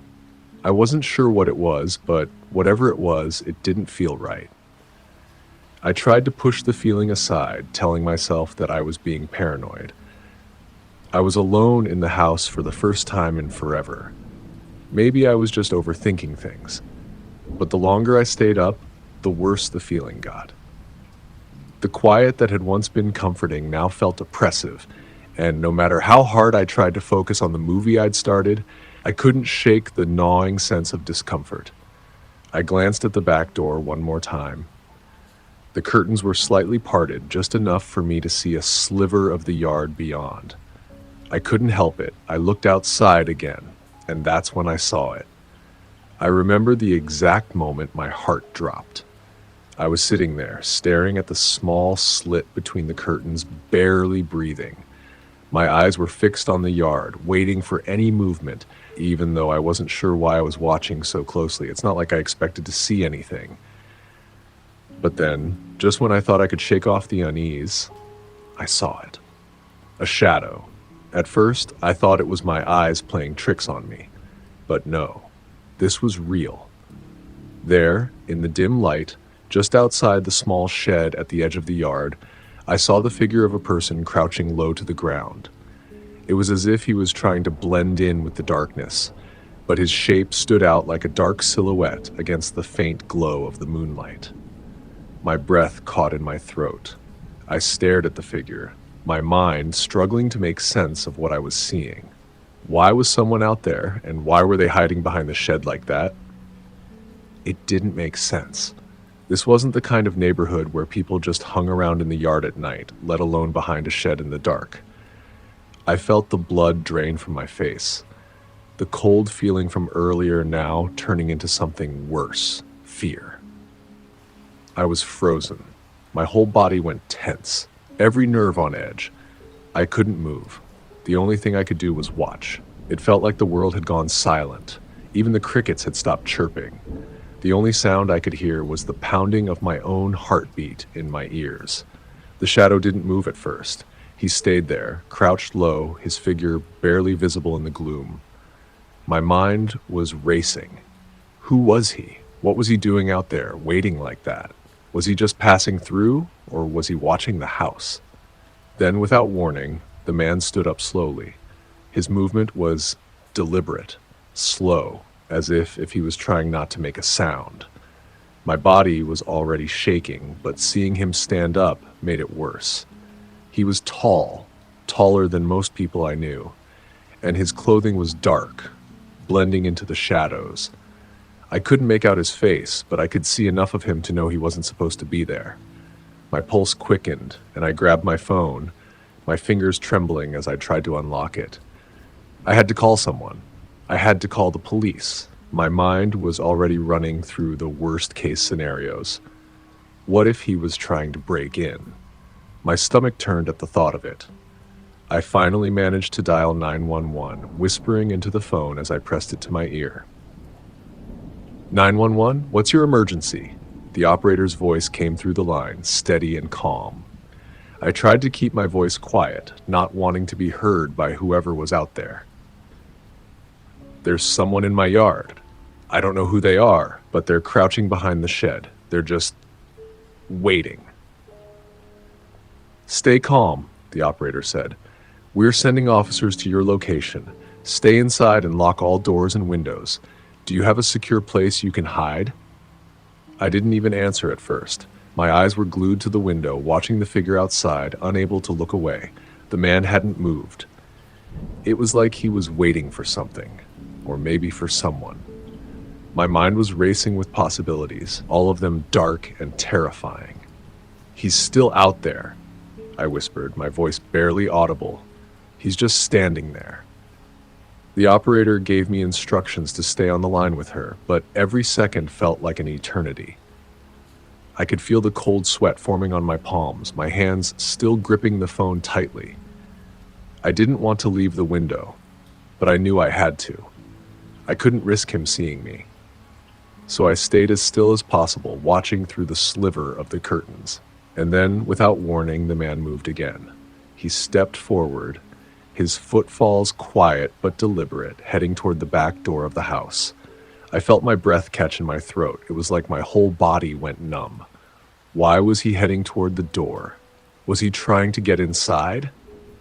I watched as he reached the back porch. My heart slammed in my chest, my mind reeling as I realized what he was doing. He grabbed the door handle. The handle turned. I barely muffled the gasp that rose in my throat. It didn't open, though. The door was locked, thank God. But he didn't leave. He didn't walk away. He stayed there.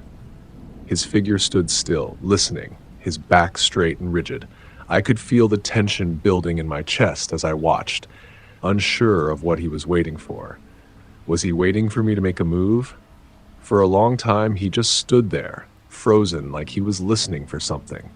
His silhouette was barely visible through the curtains, but I could see enough to know that he was there, just standing, waiting. My breath was shallow, my chest tight. I couldn't look away. The fear was suffocating, pressing down on me, but I couldn't bring myself to move. Then, after what felt like an eternity, the man moved again. He stepped away from the back door and started walking along the side of the house.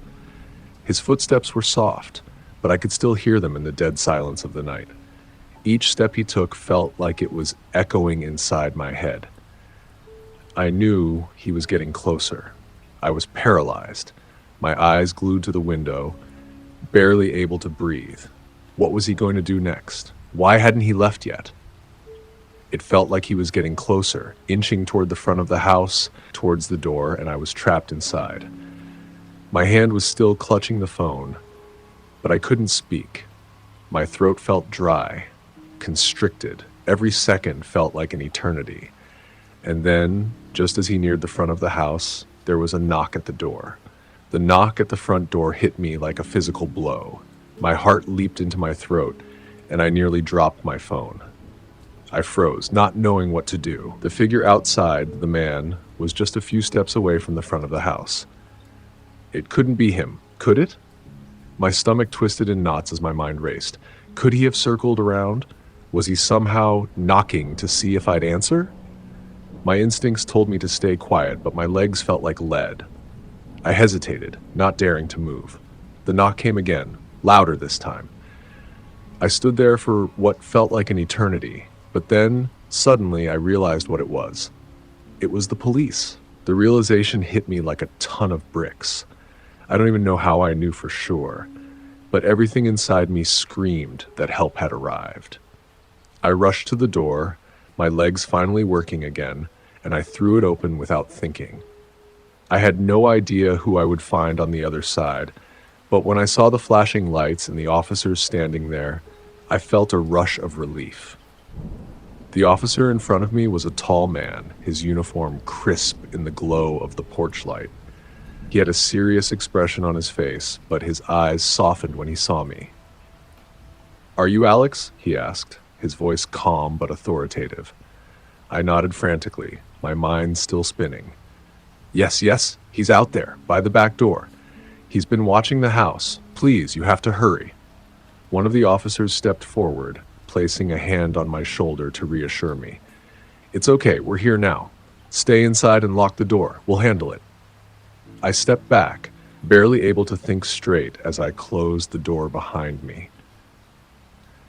My eyes were still glued to the window as the officers moved to the back of the house, their flashlights cutting through the dark. I couldn't believe they were here. I couldn't believe they were about to confront the man outside. Minutes felt like hours as I paced nervously in the living room, watching the flashing lights reflecting off the walls.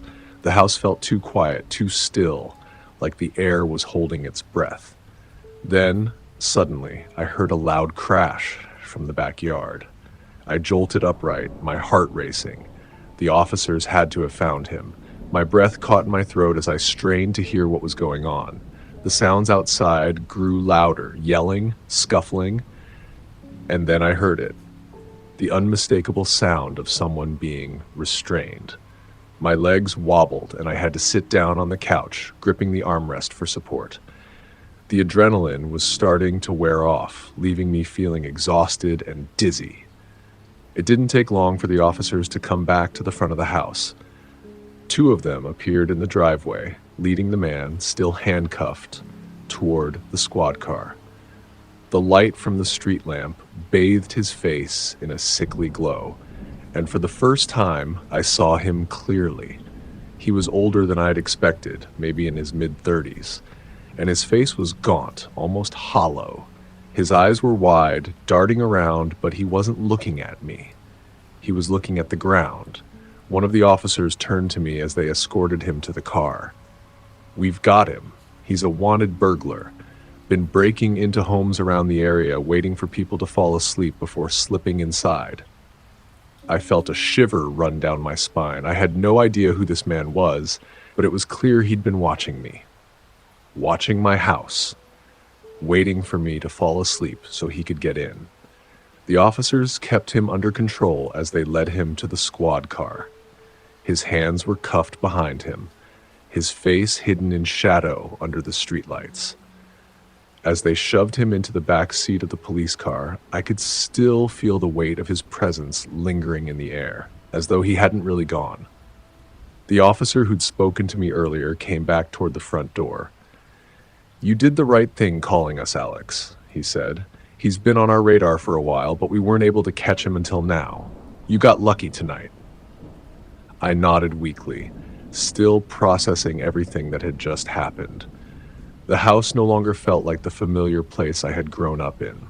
It felt different, like something had shifted. Something had been out there, watching, and it almost got too close. "I'm just glad you guys came in time," I said, my voice barely above a whisper. "I don't know what I would have done if." The officer gave me a reassuring smile. "Don't worry about it. You're safe now. We'll make sure this guy doesn't bother you or anyone else again." I stood there in silence as the officers finished up, their voices low as they spoke to each other. I couldn't believe it was over. I was shaken, sure, but I was relieved. "We'll need you to come in and make a statement," he said, his tone professional but kind. "But for now, get some rest. We'll keep an eye on things." I thanked him as he left, and for the first time that night, I felt my muscles loosen. I didn't know how long it would take to shake off the feeling of being watched, of being hunted, but I knew one thing for sure. I would never feel the same way in this house again. As I shut the door behind the last of the officers and locked it for the final time, I realized just how close things had been to going horribly wrong. I'd been alone, vulnerable, and that feeling of isolation, of helplessness, still clung to me. I didn't want to stay in that house anymore. But for tonight, I didn't have a choice. And the next time I'd see that backyard, the backyard that used to be a place of peace, it would always remind me of the man who had been waiting by the shed, the man who had been watching, waiting for his chance to slip inside.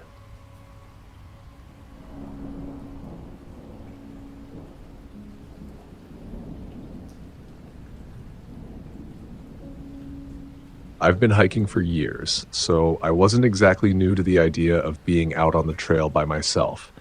But something about that day in the Sam Houston National Forest felt different. It was late fall, early November to be exact, and the air had a crisp chill that cut through the trees. The sky was cloudless, a perfect blue, and the sun cast long shadows between the towering pines and oaks. It was one of those days where you could feel the stillness of nature around you, and it felt like the kind of day where nothing could go wrong. I was ready to spend the next few hours completely immersed in the wilderness, just clearing my head and getting away from the distractions of daily life. I had planned to hike the Lone Star Trail, which is one of the most popular long-distance hikes in the area.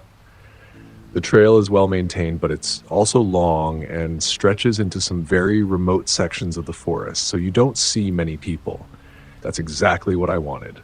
Solitude. I wasn't in a rush, and I had a lot of time to spare. As I walked along the trail, the sound of my boots crunching on the dirt and the occasional rustling of leaves underfoot were the only noises that filled the air. For the first hour, it felt perfect. No one else on the trail, just the sounds of the forest and the occasional bird call. But then I started to hear something else. Footsteps. At first, I thought it was just a coincidence. Maybe there was another hiker behind me, someone else enjoying the same trail. But as the minutes passed, I could hear the pace of the footsteps matching mine. Not getting closer, but not falling behind either. It was as if someone was walking at the same speed as me, trying to keep up. I glanced over my shoulder, trying to see if anyone was there. That's when I first noticed him. A man was walking a few yards behind me, his steps deliberate and calm. He was dressed in what looked like a ranger's uniform, dark green pants, a faded shirt, and a cap that sat a little too low over his eyes. His face was lined as though he had spent years out in the sun, and his gait was steady like he knew these woods inside and out. But something was off about him. The uniform looked old, almost like it had been worn for decades. The fabric was frayed at the edges, and the cap had a worn-out look to it, as though it had seen too many storms and too much sun. I tried to brush it off at first. There are park rangers out here, after all. Maybe he was on a routine patrol, but the longer I walked, the more uncomfortable I felt. I didn't recognize this man from any of my previous hikes, and there was something strange about the way he moved. There was no radio or walkie-talkie clipped to his chest, no GPS, no official gear. He had nothing but that old, faded uniform and a large hunting knife strapped to his side. "Hey there!" he called out suddenly, his voice loud and clear against the quiet of the forest. "Beautiful day for a hike, isn't it?" I turned around and gave him a half-hearted smile. "Yeah, it really is." He caught up to me with ease, falling into step beside me. "I'm Ranger Dawson," he said, extending his hand in greeting. "I'm just out here keeping an eye on things. Cougar activity ahead.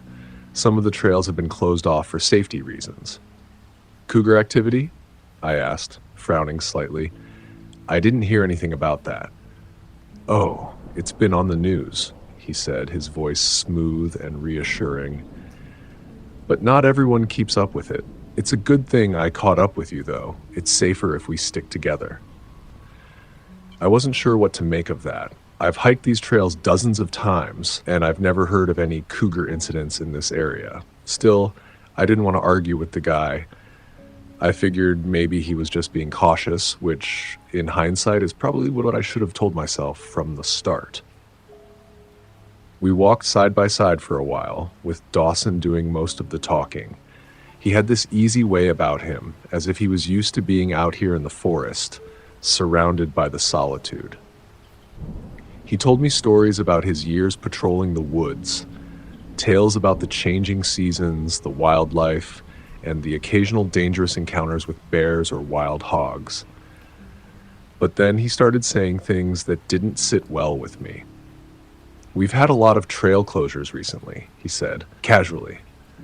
"They don't always report it, but the trail up ahead has been blocked off for a few weeks." I raised an eyebrow.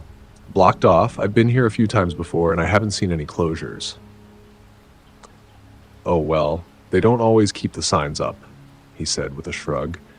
"It's not like they want to scare people away, you know?" Something about that didn't feel right. The more he spoke, the more I started to realize that this guy didn't know as much about the forest as he was letting on. He mentioned landmarks that didn't exist and even misidentified some of the plants and trees. I've hiked this area for years, so I know it like the back of my hand. And the more I listened to him, the more I realized that his stories didn't quite add up. At one point, we came across a small clearing with a large rock formation that I recognized. It was a well-known landmark on the trail, one that hikers usually use as a resting spot. Dawson pointed at it and said that's where the old ranger station used to be, back in the 80s. I was taken aback.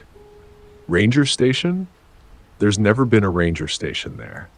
He just smiled, a strange, almost too calm smile, and said, "Oh, you'd be surprised what they don't tell you about these trails." By this time, I was starting to feel the hairs on the back of my neck stand up. I didn't know exactly what it was, but something about him was just wrong. His stories didn't add up, his uniform looked too old and frayed, and there was no official equipment to back up his claims. He wasn't even carrying a radio or any kind of communication device. We reached a fork in the trail, and I saw my chance to break away. "I think I'm going to head back to the main trail," I said, turning to my left. "It's been nice hiking with you, but I need to get going." Dawson stopped in his tracks, blocking my path with a casual smile. "You sure you want to go alone? It's safer if we stick together. I can keep an eye on you." The smile was too easy, too rehearsed. My gut twisted with unease. There was no way I was going to keep walking with this guy. Something was off, and I couldn't shake the feeling that he wasn't who he claimed to be. "I just need some water from the creek," I lied quickly. "I'll catch up with you in a minute." He hesitated, then nodded. "All right, take your time. I'll wait here." I turned and walked off the trail toward a small creek I knew was a few hundred yards away. My heart was racing, but I forced myself to stay calm. As soon as I was far enough out of his sight, I quickened my pace, heading for the water's edge. I didn't think. I just ran. I didn't look back. I bolted through the trees, my legs pumping hard as adrenaline surged through my body. I had to get away from him. There was no telling what this man was capable of. Every instinct in me screamed to flee. I could hear him behind me, crashing through the forest, moving with a speed that shouldn't have been possible for someone so old. I didn't know how far he was, but I could tell he was gaining on me. It felt like I ran for hours, my lungs burning, my legs starting to give out. But then I broke through the trees and onto a more traveled path, a familiar one where I knew I'd be safe. I almost collided with a group of hikers coming the other way. They looked confused as I stumbled into their group, gasping for breath. "There's a guy back there," I said, voice shaking. "A man in a ranger uniform. You need to leave the trail. He's not who he says he is." The hikers didn't question me. They immediately turned and headed back the way they came. I glanced over my shoulder, expecting to see Dawson following close behind, but he wasn't there. He was gone. I didn't stop to rest. I kept walking, heading for the trailhead as fast as I could. When I finally made it back to my car, I thought I was safe. I thought it was over. But when I reported the encounter to the authorities, I learned something chilling. A ranger pulled me aside, his face grim. "We've been getting reports for the past month about a man in a faded ranger uniform," he told me. "He's been trying to lure hikers off the trails, just like you described. Some hikers have reported losing their wallets, phones. Others have been found hours later, disoriented and confused, like they were drugged or something." A week later, the authorities found an abandoned campsite deep in the woods, hidden off the trail. They discovered several stolen ranger uniforms and a large hunting knife, exactly like the one I had seen Dawson carrying. But the most terrifying part, no one had any idea what he had planned or who he really was. I don't know what would have happened if I hadn't run. All I know is that I barely made it out. And even now, every time I think about those woods, I can't shake the feeling that he's still out there. Somewhere in the vast, dark expanse of the Sam Houston National Forest, the Phantom Ranger is waiting for his next unsuspecting victim.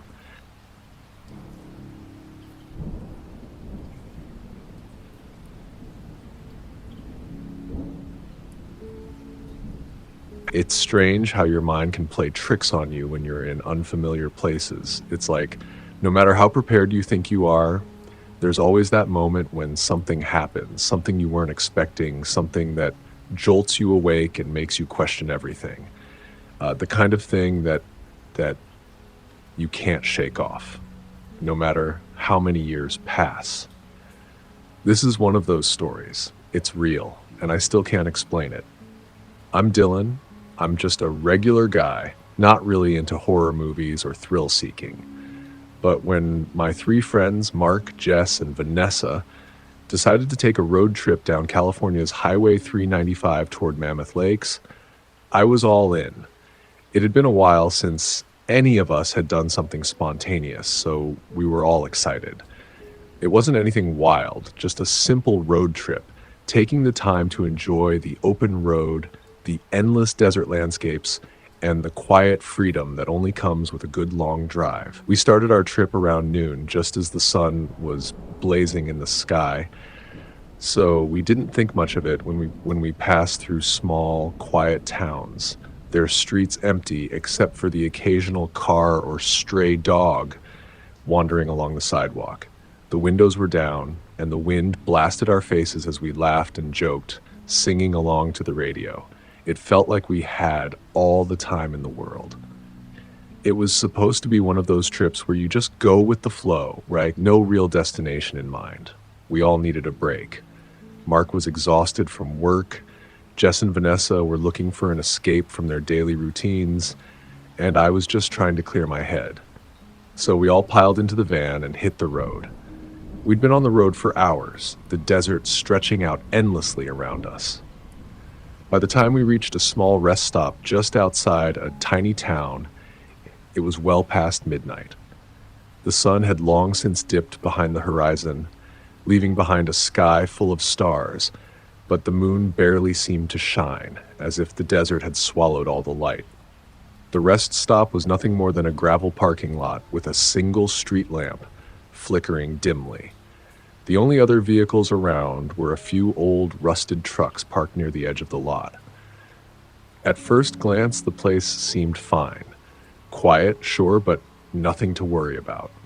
We hadn't seen another car for miles and it had been hours since we passed a gas station. Our only real options were either to sleep here for a few hours or drive another 100 miles, which none of us were eager to do. So we decided to park, lock the van doors, and rest for the night.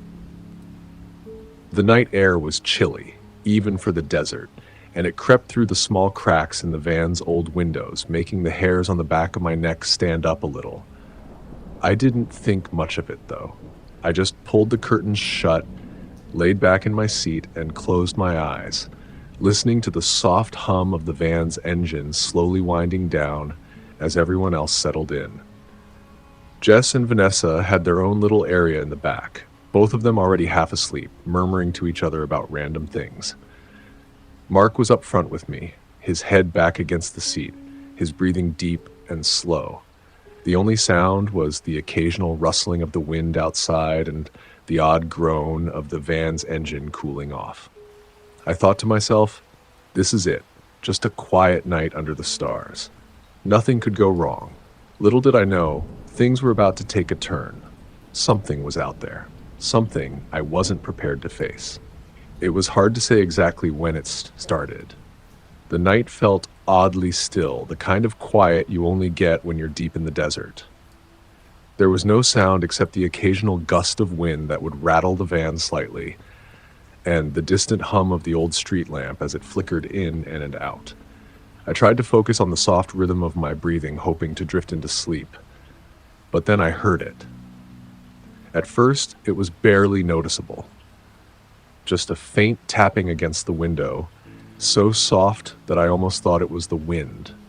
But then it came again, a little louder, a little more insistent. I froze, the kind of sudden stillness that gripped you from the inside.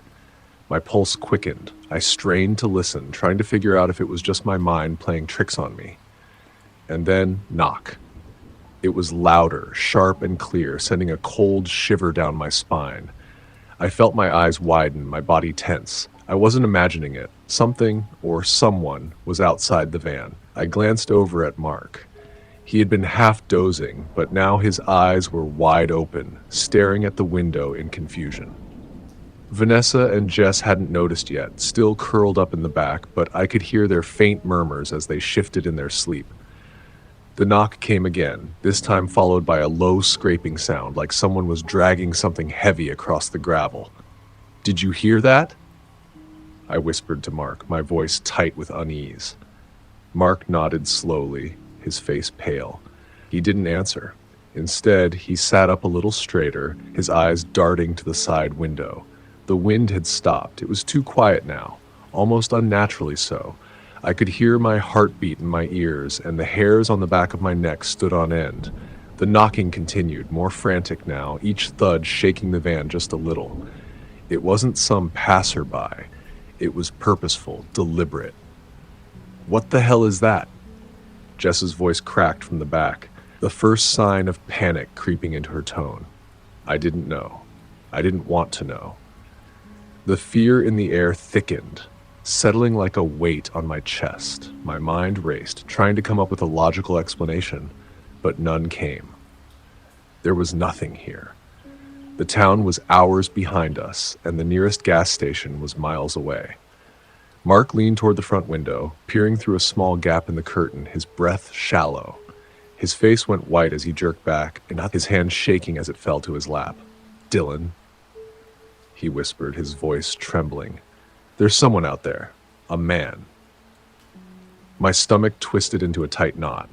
I wanted to look to see what he had seen, but part of me was too terrified to even move. The thought of looking into the darkness and seeing someone standing there just out of sight was too much to bear. But I had to know. I had to see. I forced myself to lean forward, to peer through the narrow slit in the curtain. At first, it was just shadows, blending with the dark asphalt and the faint light of the flickering street lamp. But then I saw it. A figure. A man. Standing just outside the van. I couldn't make out his features, but I could see the outline of him clearly. Tall, wearing a long, dark coat, his face obscured by the night. I could feel the hairs on my arms rise, my breath caught in my throat. He was standing perfectly still, like he was waiting for something, waiting for us. Then another figure stepped into view, and another. They were silent, their movements slow and deliberate, like they were creeping into the shadows, out of sight, only to reappear just beyond the edge of the light. I couldn't see their faces either, but I knew they were there. More of them. At least 4 now, all positioned around the van, hidden in the darkness, just far enough from the flickering light to stay obscured. Jess whispered, "What do they want?" I could hear the panic in her voice now, the sharp edge of fear. Mark's face was twisted in confusion, eyes darting between the figures outside. None of us spoke. No one knew what to say. What could we say? No explanation could make sense of this. The knocking grew louder, more insistent. It wasn't just a tap anymore. It was a pounding, slamming fists against the side of the van. My whole body tensed, as if I were about to be yanked out of my seat. The sound was almost deafening now. The van itself shook slightly, rattling as if it might collapse under the force of the blows. Then a new sound, scratching. Someone was dragging something across the metal of the van, scraping it in slow, agonizing strokes. My breath caught in my throat. I couldn't move, couldn't speak. My mind went blank and my hands were frozen at my sides. I wanted to scream, but the fear had locked me in place. "Dylan, start the van," Jess hissed, her voice tight with terror. She was desperate now. I didn't need any more prompting. My hands were shaking violently as I grabbed the ignition, fumbling for the keys. The pounding didn't stop. It only grew louder, more forceful. The sound of fists against metal like a warning. But it didn't matter. I slammed my foot on the gas, and the van jerked forward with a harsh growl. The headlights blared to life, cutting through the darkness. And that's when I saw them. More of them, standing around us in the dim light. At least 6 people. Some looked like they hadn't showered in days, their clothes ragged and torn. Others were more unsettling. Wild eyes, dark stares, unmoving. One man stood motionless, just grinning at us. The world outside felt suffocating now. We weren't alone. We weren't safe. The pounding on the van didn't stop as we sped away. We raced down the road, heart pounding, eyes glued to the rearview mirror. I kept expecting someone to jump in front of the van to chase us, but they didn't. They stayed behind, fading into the darkness as we left them behind. Still, my foot stayed pressed to the pedal. The van was moving faster now, but my heart still pounded in my chest like it might burst. No one spoke, not a word. Jess was clutching the seat in front of her, eyes wide with terror. Mark was staring straight ahead, his knuckles white as he gripped the door. Vanessa sat as still as a statue, her face pale. We didn't stop driving until we reached a gas station, miles down the road, the lights of the station glowing like a beacon in the distance. I pulled into the parking lot, but I didn't immediately turn off the engine. I sat there for a long time, hands shaking on the wheel, my mind reeling from what had just happened. None of us said a word. Not for the longest time. We all just sat there, staring into the darkness outside, our hearts still racing, the fear lingering in the air like smoke. Every breath I took felt too loud, like it might give away our position. But nothing happened. The world outside stayed still, just as quiet as it had been before. When Mark finally spoke, his voice was low, almost reluctant. "We can't stop at rest stops anymore. Not like that." It was quiet, but it was enough. And with that, everything changed. The silence in the van was broken, but the fear wasn't. It never really left.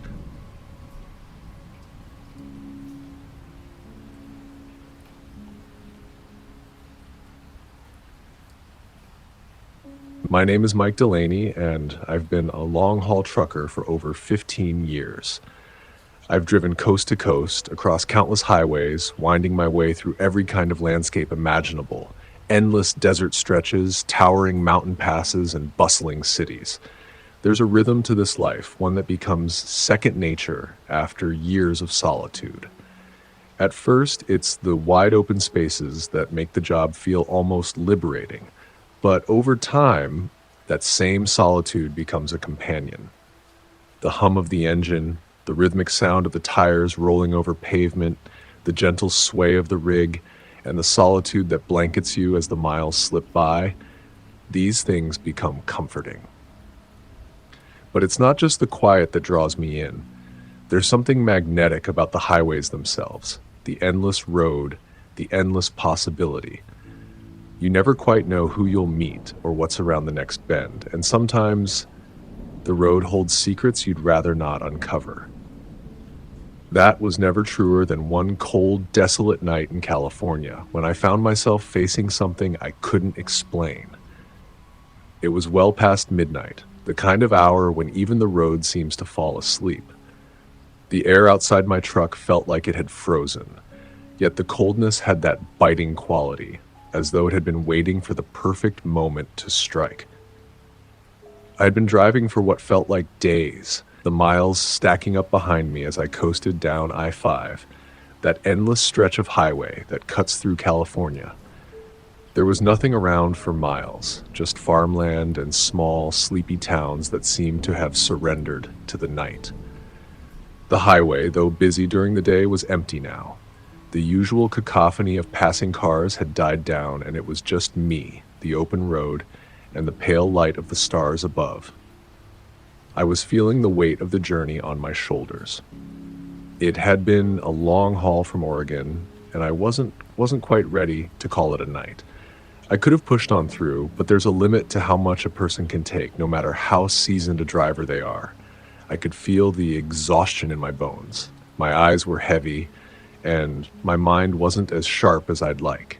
So I decided to pull off and take a break. A quick stop for fuel, stretch my legs, grab a snack, and get back on the road. The gas station I pulled into was about as desolate as the highway itself.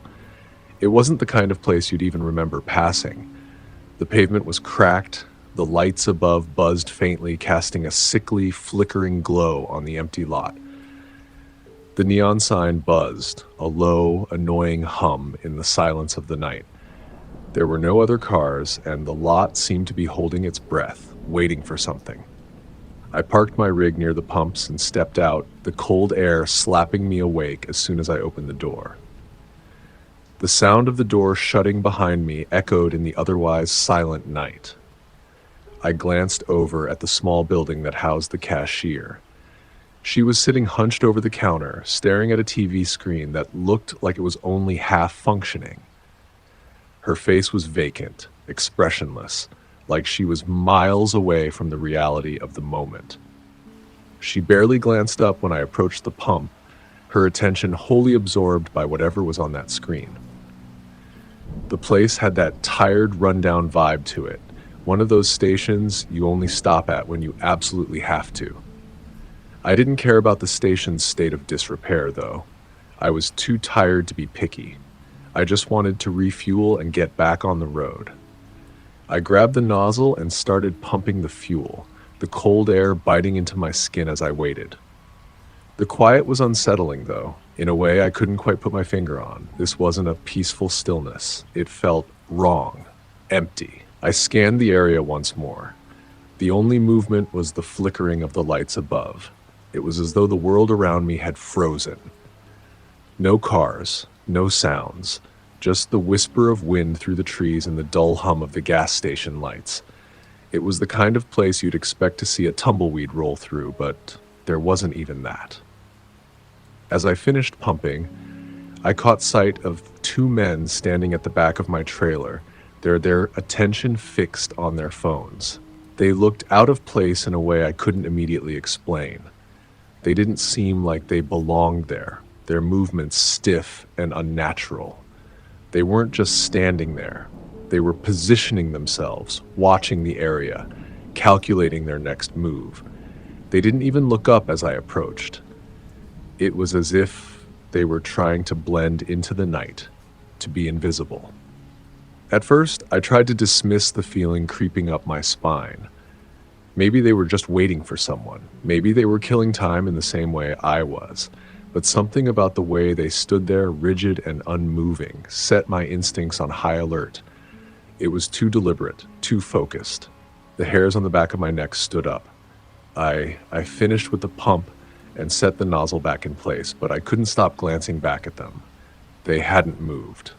They just stood there, watching. Their heads didn't turn, their eyes didn't lift from their phones. It was as if they were waiting for something, waiting for me. I turned toward my truck, hoping to put some distance between myself and whatever was happening. The sound of my boots crunching on the gravel was the only noise as I walked. My pulse had quickened, my skin prickling with the awareness that something was wrong. The truck felt like my safe haven, but the men were still there, standing motionless behind my rig. It wasn't until I reached the driver's side door that I heard one of them mutter something under his breath, just loud enough for me to catch it. "He's heading this way." My heart skipped a beat. The words sent a chill through my bones. Something inside me snapped into alert mode, and without thinking, I whipped around and started walking faster toward the door. I knew deep down that I had to move. I wasn't about to let these guys get the upper hand. And then they moved. The first man lunged at me, grabbing my jacket sleeve with a vice-like grip. His fingers were cold, his breath coming in quick bursts. It was fast, too fast. My instincts barely had time to register what was happening. But I had been on the road long enough to know when danger was near. I reacted without thinking. My elbow swung back, catching him square in the chest, sending him stumbling back into the side of the trailer. As he staggered, I pivoted and slammed my foot into the second guy's knee, feeling a sickening crack as his leg buckled under the impact. I didn't wait to see what happened next. I bolted for the truck door, my legs moving on their own, adrenaline flooding my body. I reached the door, slammed it shut, and locked it in one fluid motion. My heart was pounding in my chest, and I was breathing heavily, my hands shaking as I gripped the steering wheel, staring through the side mirror. The two men didn't follow. They didn't shout or run after me. They just vanished, fading into the darkness like they'd never been there.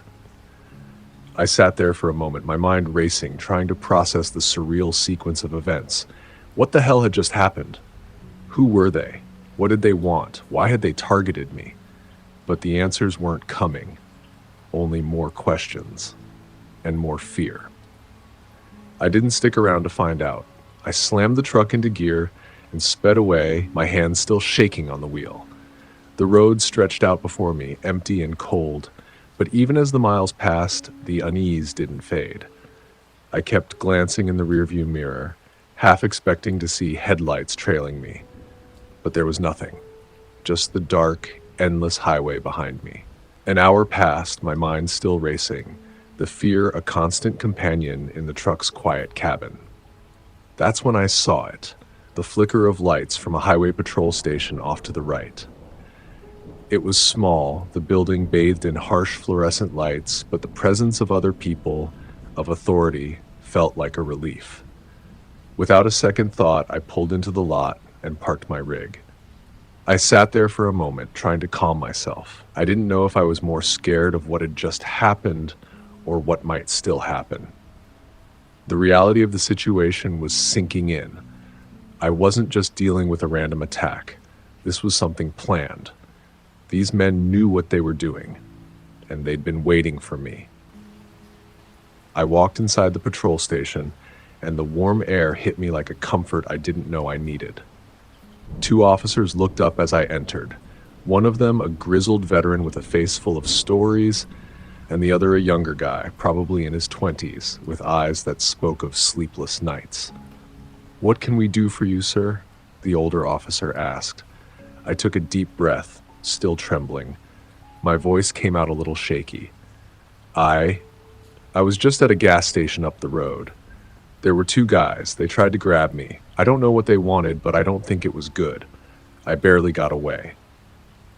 The younger officer's face immediately hardened, and the older officer exchanged a glance with him. "Tell us exactly what happened," the older one said, his voice calm, but the tension in his eyes was clear. I repeated the whole story, the way I had filled up the truck, the men loitering near the back of my trailer, how I had noticed them too late, how they had lunged at me, and how I had barely gotten away. I told them everything. As I spoke, I watched their faces, trying to gauge their reactions. The younger officer glanced at the older one, then pulled out a manila folder from a drawer. He slid it across the desk, and I could see a stack of papers inside. Some of the papers were marked with red stamps, missing, and there were photos of trucks, rigs, and faces of truckers.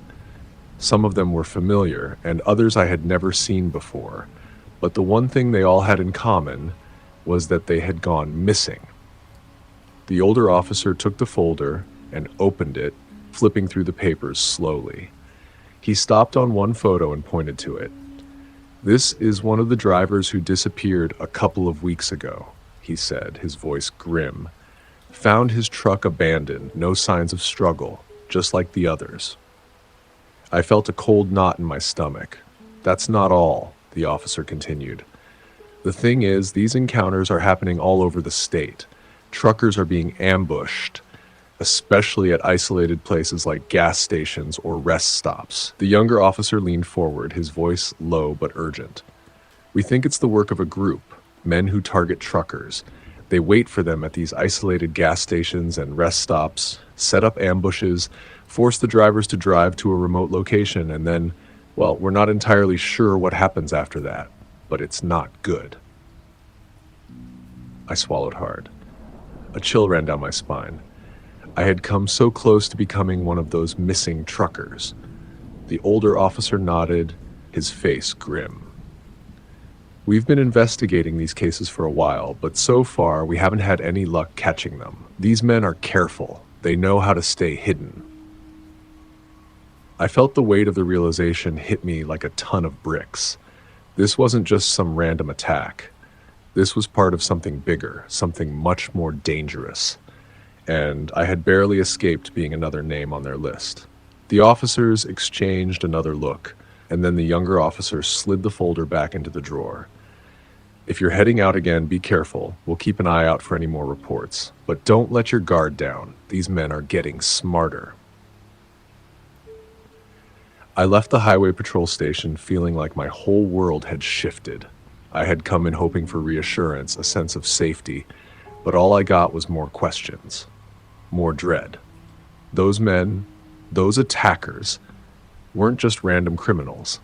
They were part of something more organized, something darker, and they were still out there, watching, waiting for the next unsuspecting target.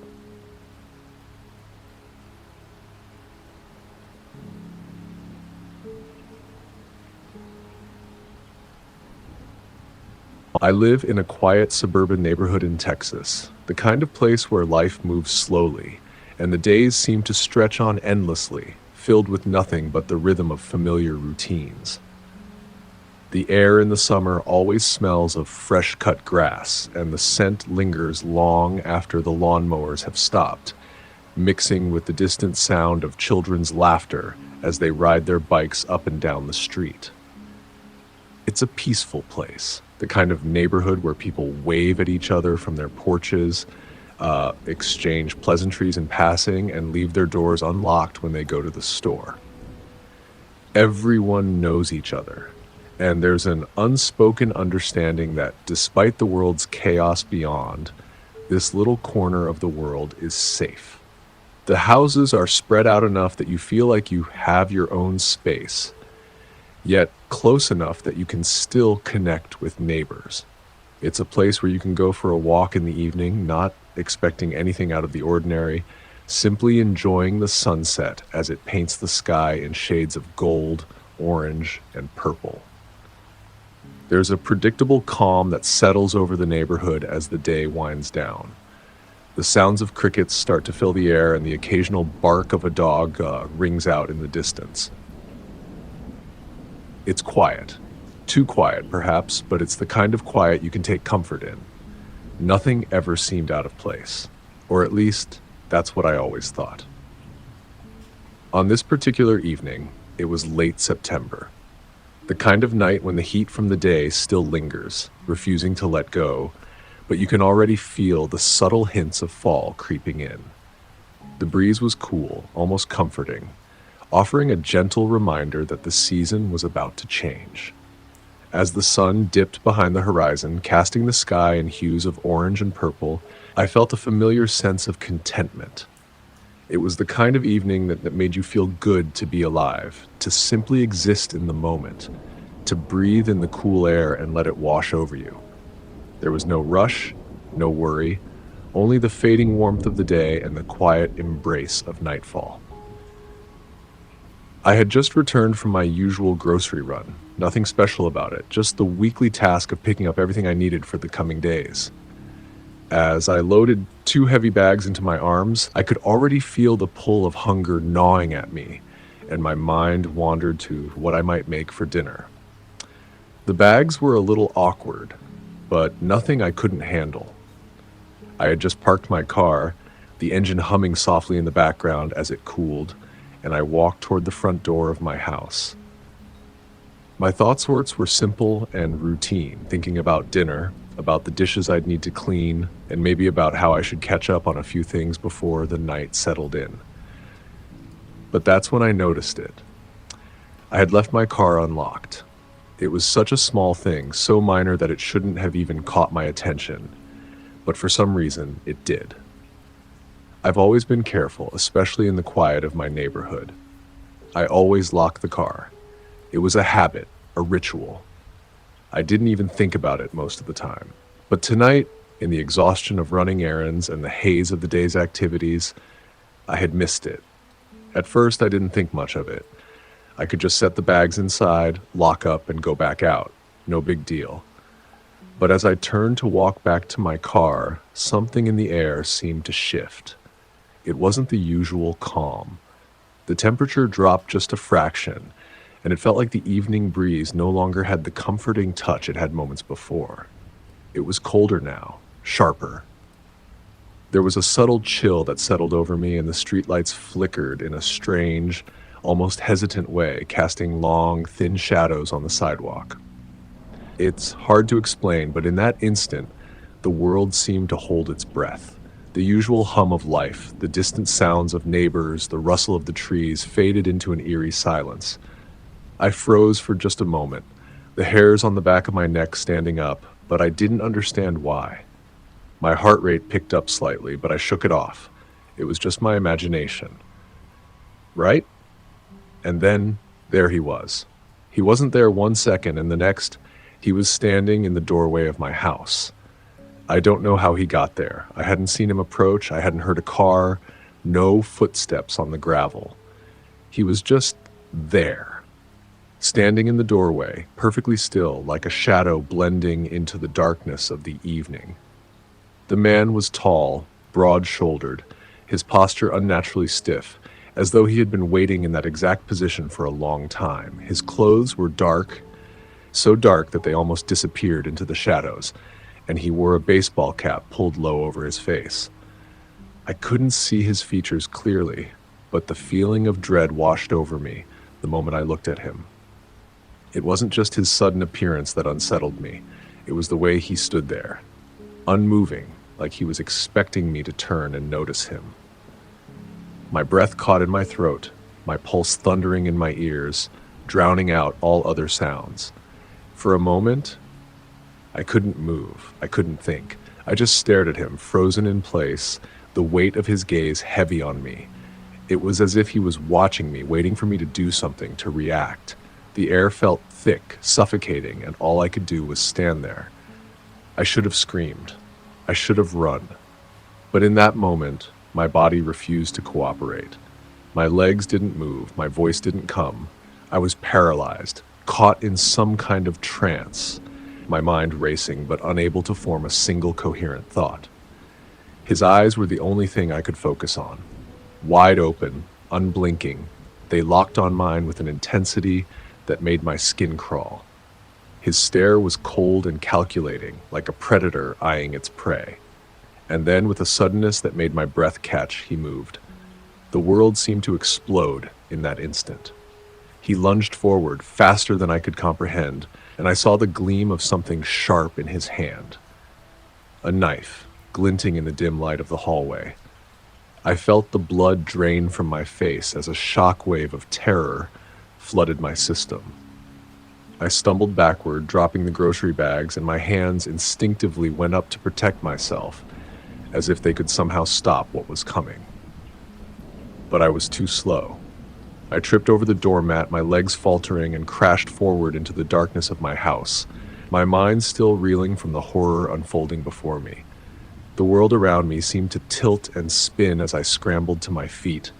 My heart pounded in my chest, and the sound of blood rushing in my ears was deafening. Panic surged through my veins, making my limbs feel like lead, but my mind was racing. I couldn't think clearly. I had no plan, no strategy, just pure, unfiltered fear. I glanced around the kitchen, searching frantically for something, anything that could be used as a weapon. My thoughts were muddled, chaotic, as I desperately tried to make sense of what was happening, but it was too late for planning. There was only one thing I could do: react. My hand brushed over the smooth, cool surface of the kitchen counter, fingers trembling as they searched for something solid. I didn't know what I was looking for, but I had to find it fast. Finally, my fingers closed around the familiar weight of the cast iron skillet. It was heavy, solid, and in that moment, it was the only thing between me and the man who was closing in on me. Without thinking, I swung the skillet toward him with all the strength I could muster. The pan collided with his chest with a sickening thud, sending a jolt of pain through my arm. The man grunted in surprise, but didn't stagger or fall. He was still holding the knife, his grip tight, and his eyes were wild with some kind of frenzied determination. It was clear that he wasn't backing down. He was coming for me, and nothing I did was going to stop him. I swung the pan again, this time with everything I had left. The sharp, metallic clang as it connected with his head was loud, echoing through the quiet house. For a brief moment he staggered back, disoriented, his body jerking as if the blow had knocked him off balance. He dropped to one knee, but it wasn't enough to stop him. His eyes remained fixed on me, unblinking, unwavering. I didn't give him another chance. I kicked the knife out of his hand as he tried to steady himself. It skittered across the floor, out of his reach. I wasn't sure if he was still conscious, but there was no time to check. I grabbed my phone from the counter, my hands shaking so violently I could barely hold on to it. My mind was a blur of panic as I dialed 911, barely able to make sense of my own voice as I stumbled through the words. "Someone's in my house," I managed to gasp, my voice high-pitched and frantic. He's trying to hurt me." The 911 operator's voice was calm, almost too calm, as she asked for my address. But I could barely process what she was saying. All I could do was keep repeating over and over again that someone was in my house, that he had a knife, and that he was trying to hurt me. "Stay on the line. Help is on the way," she reassured me, but her voice felt distant, almost like I was hearing it through water. Time seemed to stretch, and I could feel the weight of every second dragging on, stretching into what felt like an eternity.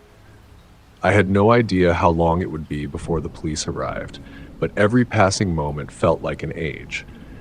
The only thing I could do was keep my eyes on the man in front of me, who was now slumped on the floor, breathing heavily, his movements slow and erratic.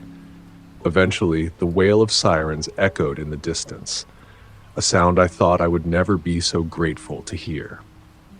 The sound grew louder and louder until it was almost deafening, a relief that was only short-lived as I realized I was still standing there in the dark, trembling and unsure if it was truly over. When the police arrived, they moved quickly, taking in the scene with trained precision. The man was still unconscious, his body limp on the floor, breathing shallowly, and he didn't stir as the officers cuffed him. For a moment I stood there, disoriented, watching the scene unfold as if it were happening to someone else, as if it weren't my life that had just been violently interrupted.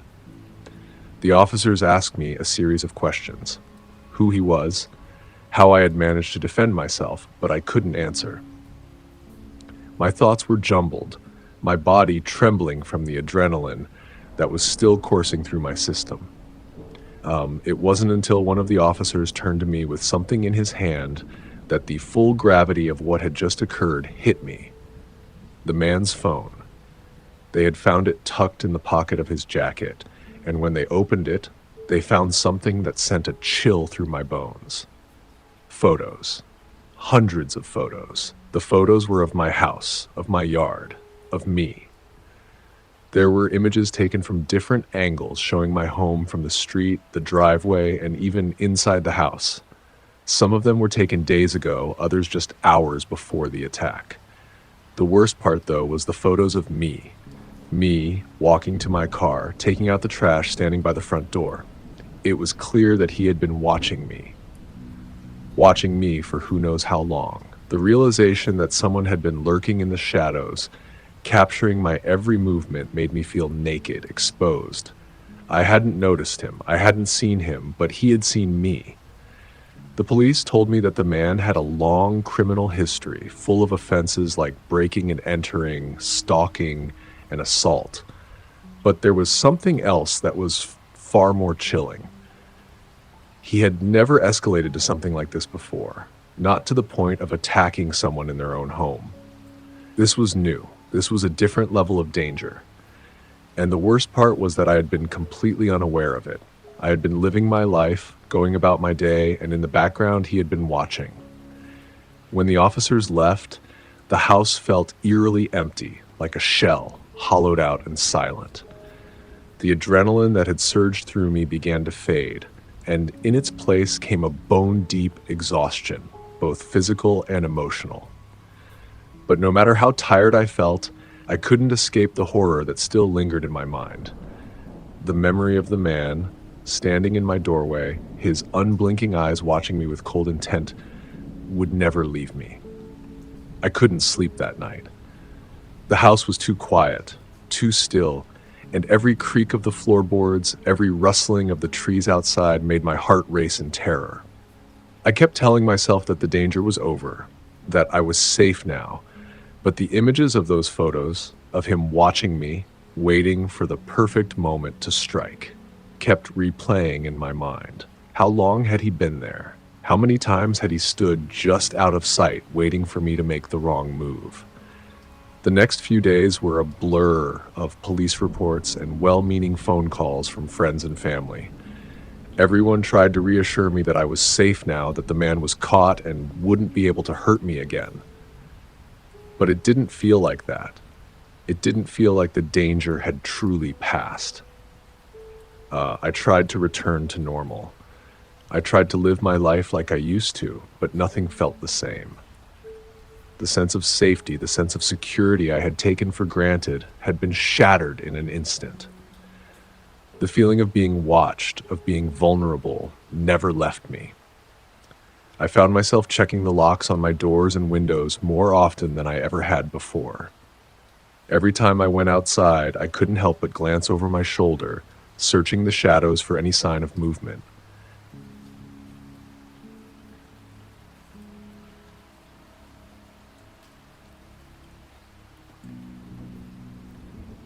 It's funny how a night that seems so ordinary in the moment can turn into something you can never forget. That night in Santa Cruz was one of those. Looking back, I wonder if there was something more to it, some kind of sign, or maybe just sheer stupidity on my part. Whatever it was, I can't erase it from my mind. I still think about it sometimes when I'm alone or driving down an empty road, and I can almost feel the hairs on the back of my neck stand up, as if the same thing is about to happen all over again. I'd been hanging out with Jake for most of the day, helping set up for the party. It wasn't like we were party animals or anything, but we were young, and it seemed like a good way to blow off some steam. The air was warm, and the ocean breeze rolling in from the coast smelled like salt and freedom. But things got rowdy, like they always do. It was that kind of party where you just kind of lose track of time. There were strangers everywhere. Some you recognized, others you didn't. Music blaring, laughter echoing in every corner of the house. But honestly, none of it mattered. I wasn't even enjoying myself by the end of the night. Jake and I decided to leave around 2 a.m. I'm not sure what made us go. Maybe it was just the fact that we had an early morning ahead of us, or maybe it was the feeling that something just wasn't right anymore. People had started to get too drunk, fights had broken out, and the whole place had this strange undercurrent of tension. So we slipped out quietly and made our way to the car. The drive back to Los Angeles was supposed to be an easy one, just a couple of hours down the highway. We'd been through the coastal route enough times that it should have been familiar. But that night, it felt different. It felt like the road itself was alive, stretching and bending in ways I couldn't explain. We were two tired guys in a car, tired from the party, tired from everything. But the highway stretched on forever, like it would never end. The headlights from my old car sliced through the darkness, but it never seemed to reach far enough. It was like we were driving through a tunnel of blackness, swallowed by the night.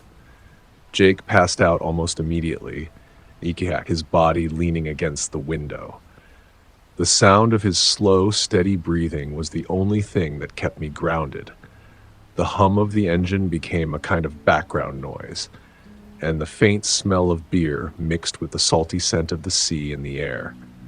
I tried to stay alert, but the quiet got to me. The road felt endless, like it was just looping into itself. Every mile seemed like the same as the last. By the time we hit Big Sur, I was starting to get that uncomfortable feeling.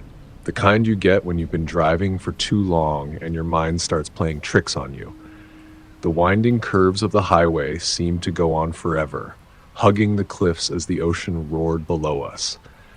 The sound of waves crashing against the rocks below was faint but constant, like a reminder that you're on the edge of the world.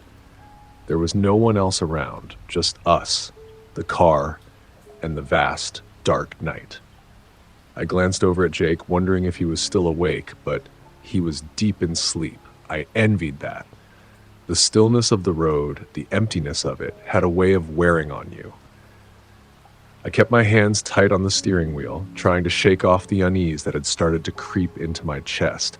I told myself it was nothing, just the weariness of the night setting in, making everything feel too big, too quiet. That's when I saw him. At first, I thought my eyes were playing tricks on me. I almost convinced myself it was just a figment of my imagination, a shadow cast by the headlights or some illusion of the dark.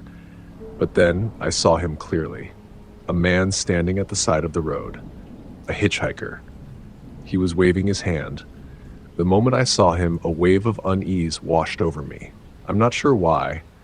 Maybe it was because we were so far from any civilization, or because it was just so damned late. But something about him didn't sit right. The guy was wearing a hood, pulled low over his face, but I could still make out the contours of his jaw. He looked older, mid-30s maybe, though it was hard to tell for sure. He was dressed in all black, and I remember thinking how out of place he looked, standing there on the edge of the highway, a solitary figure in the dark. It wasn't even a place where you'd usually see people standing, let alone someone hitchhiking. I glanced at Jake again, but he was still out cold. I could have just driven past him. I should have. I could have told myself I didn't see him, or that it wasn't my problem. The rational part of me said I should just keep going, but there was this voice in my head that wouldn't let it go. It kept saying, "What if he's in trouble? What if he needs help?" We were on a stretch of highway near Big Sur with nothing but trees and cliffs surrounding us. The thought of someone being stranded out there was enough to get me to stop. Maybe it was the alcohol still lingering in my system, making me feel more generous than I should have been. Or maybe it was just the guilt of leaving someone out there in the middle of nowhere. Either way, I did it. I hit the brakes, the tires making a squealing sound as I slowed down.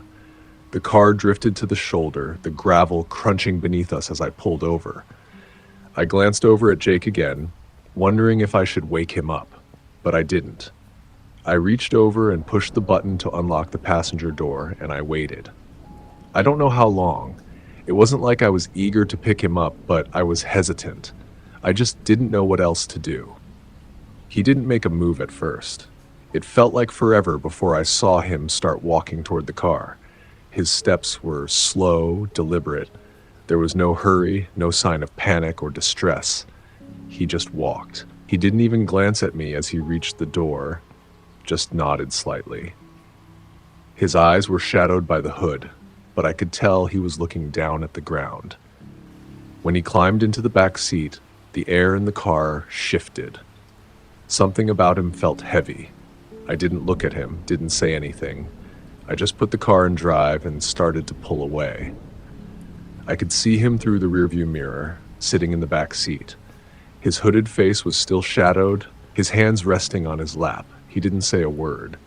For a few minutes, I tried to keep the silence from swallowing the car whole. "Where you headed?" I asked, my voice feeling too loud in the quiet. He barely moved, but his lips parted slightly. "South," he said. Just that. One word. And then he went silent again. That was all. That was all he said. Jake stirred in his sleep beside me. I didn't look at him, didn't say anything. The car hummed as we drove, and every second that passed, it felt like the world was pulling further and further away from us. Time seemed to drag on in that car. I don't know how long we'd been driving after picking up the hitchhiker, but the silence between the three of us felt thick, like it had weight. I could feel it pressing in from all sides. The road stretched out endlessly before us, twisting and turning like it was never going to end. I tried to focus on the road, on keeping the car steady, but the longer I kept my eyes on the dark highway, the more I felt like something was watching me, watching us. I glanced at Jake again, trying to read his expression. He was staring out the window, his face illuminated by the faint glow of the dashboard. His eyes were wide open, but he remained silent, completely still. I could tell he was fully awake now, so I decided to tell him about the guy in the back seat. I stole another look in the rearview mirror. He hadn't moved since he got in, not once. His head was slightly tilted down, and his hood still shielded most of his face. It was strange how still he was. I know people say that some people are creepy because they're quiet or reserved, but this guy felt wrong. The way he just sat there, silent, unmoving, almost made it seem like he wasn't a person at all, like he was some kind of ghost, just occupying space for reasons I couldn't understand. His hands were folded in his lap, his fingers barely twitching, and that damn bag of his. He kept it close. Too close. It was on the floor between his feet, almost like he was protecting it. Every time the car hit a bump or a curve, I could hear the faint rustle of the bag, but it wasn't like it was shifting around. No, it was more like the bag was making sure it stayed in the same position, like it was part of him. "So," I asked, my voice sounding much too loud in the stillness. "What's your name?" For a moment, he didn't answer. It felt like the longest pause of my life. His head remained tilted down, and I couldn't even make out his eyes in the rearview mirror. Then, in that same deep, gravelly tone, he muttered, "Doesn't matter." I didn't know how to respond to that. I didn't know what he meant by it. The silence returned, and with it, a sense of unease. I tried to shake it off. We were almost halfway through Big Sur now, and I knew the road ahead would be more familiar. I kept thinking that once we were out of the winding cliffs and trees, things would feel more normal. But they didn't. The man in the back seat was like a shadow, just lurking there. And no matter how many times I glanced in the mirror, I couldn't shake the feeling that something wasn't right. "This is weird, man," Jake said quietly, almost as if he didn't want the hitchhiker to hear. His voice was low, but there was a nervous edge to it. "This guy's creeping me out." I didn't say anything at first. What could I say? I didn't want to sound paranoid, but I was beginning to agree with him. "Yeah," I murmured, trying to act casual. "I think we should have just kept driving. I don't know why I stopped." Jake didn't respond, but I could tell he was thinking the same thing. And then, as if on cue, the hitchhiker shifted in his seat. The movement was subtle, almost imperceptible, but it was enough to make my pulse race. I looked in the rearview mirror again, and I could see him leaning forward, just a little, his hand resting on the seat in front of him. It was such a small movement, but it sent a shiver down my spine. Then the hitchhiker spoke. "Pull over," he said, his voice flat and emotionless. "I need to take a leak." The way he said it, the tone of his voice, it didn't sound like a request. It sounded like an order. I didn't question it at first. My hands gripped the wheel tighter, and I slowed down, instinctively looking for a spot to pull over. There was no one else on the road, not a single car in sight. It felt like we were the only ones alive on that stretch of highway. "Yeah, all right," I said, my voice shaky now. I could feel my heart racing as I pulled off the road and onto the shoulder. The gravel crunched beneath the tires as I slowed to a stop, the headlights cutting through the dark. The world outside felt quiet, unnervingly quiet. I couldn't see much outside the car except the trees lining the side of the road and the thick darkness beyond them. I glanced over at Jake, his eyes wide, his mouth slightly open as he stared out the windshield, watching the hitchhiker step out of the car. "Dude, what the hell?" Jake whispered, his voice tight. "This is weird." I nodded, unable to speak. I kept my eyes on the spot where the hitchhiker had disappeared into the trees, half expecting to see him come back at any second. But there was nothing, just the dark, silent trees swaying in the wind. I waited. A minute passed, then two. My grip on the wheel tightened as I looked back toward the trees. It felt like I was waiting for something, but I wasn't sure what. 5 minutes passed. 10. Jake shifted uncomfortably in his seat. "I don't like this, man," he said, his voice low and tense. "Where the hell is he?"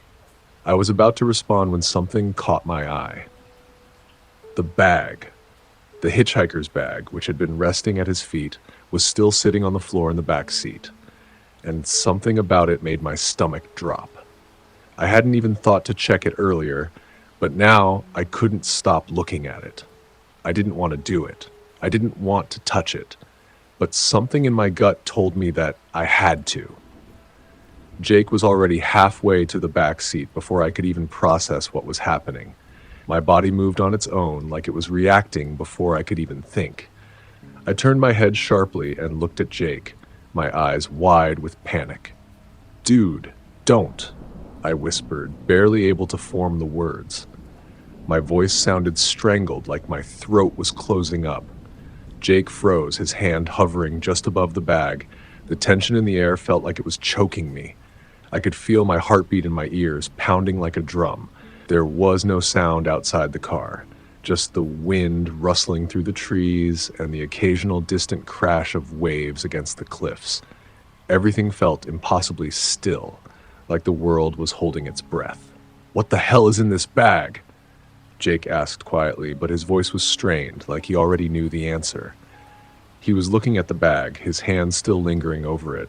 I couldn't answer. I just stared at it. The bag was too close, too real. Should we open it? Jake's voice was barely above a whisper now.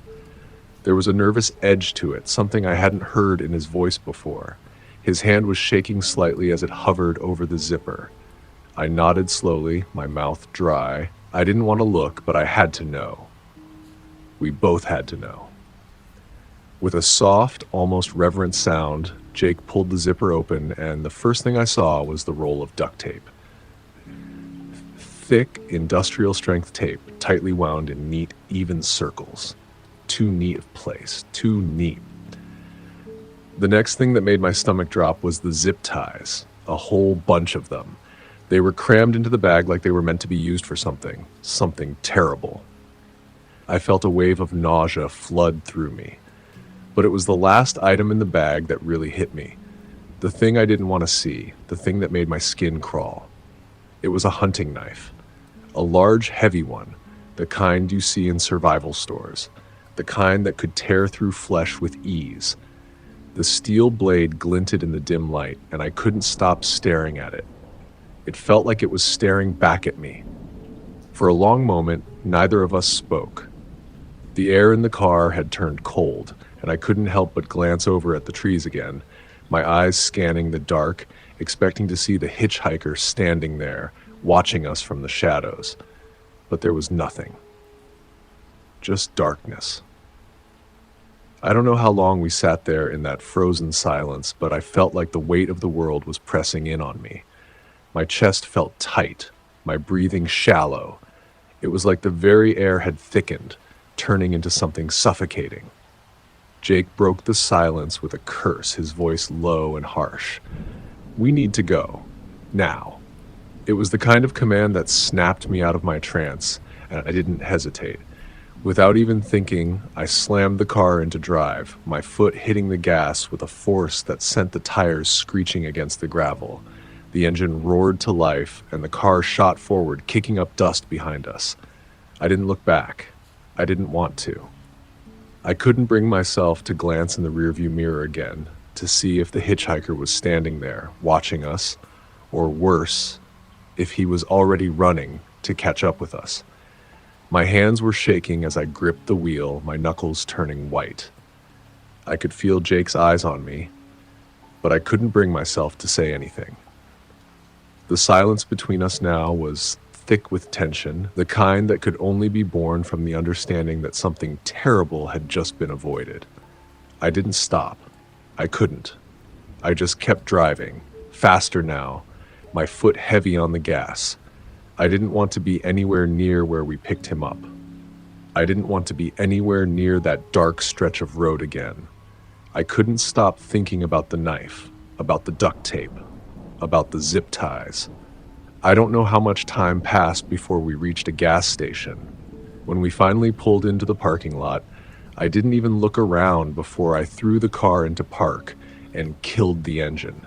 The stillness of the night outside was almost too much to bear. It was too quiet now. I sat there for a few seconds, just trying to breathe, trying to calm down. Jake didn't move, and neither of us spoke for a long while.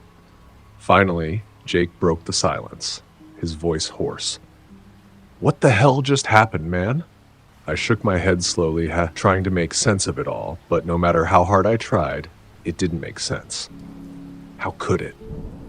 We had picked up a stranger, a man who, in retrospect, felt like something out of a nightmare. His presence was unsettling, and the bag he carried was too much to ignore. I knew we had barely escaped something terrible, but I didn't want to know what that something was. I didn't want to know what could have happened if we hadn't reacted fast enough. The thought of it still makes my stomach churn, even now. The rest of the drive to Los Angeles was quiet, too quiet. And I couldn't shake the feeling that even though we were safe, the terror of that night wasn't finished. Not yet. I don't know if I'll ever know the true story of that hitchhiker. Maybe he was just a man looking for a ride, or maybe he was something much darker.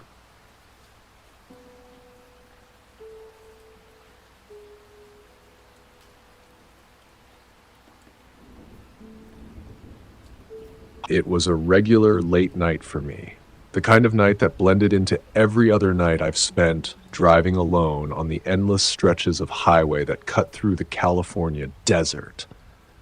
The kind of quiet that made the night feel like it was swallowing me whole.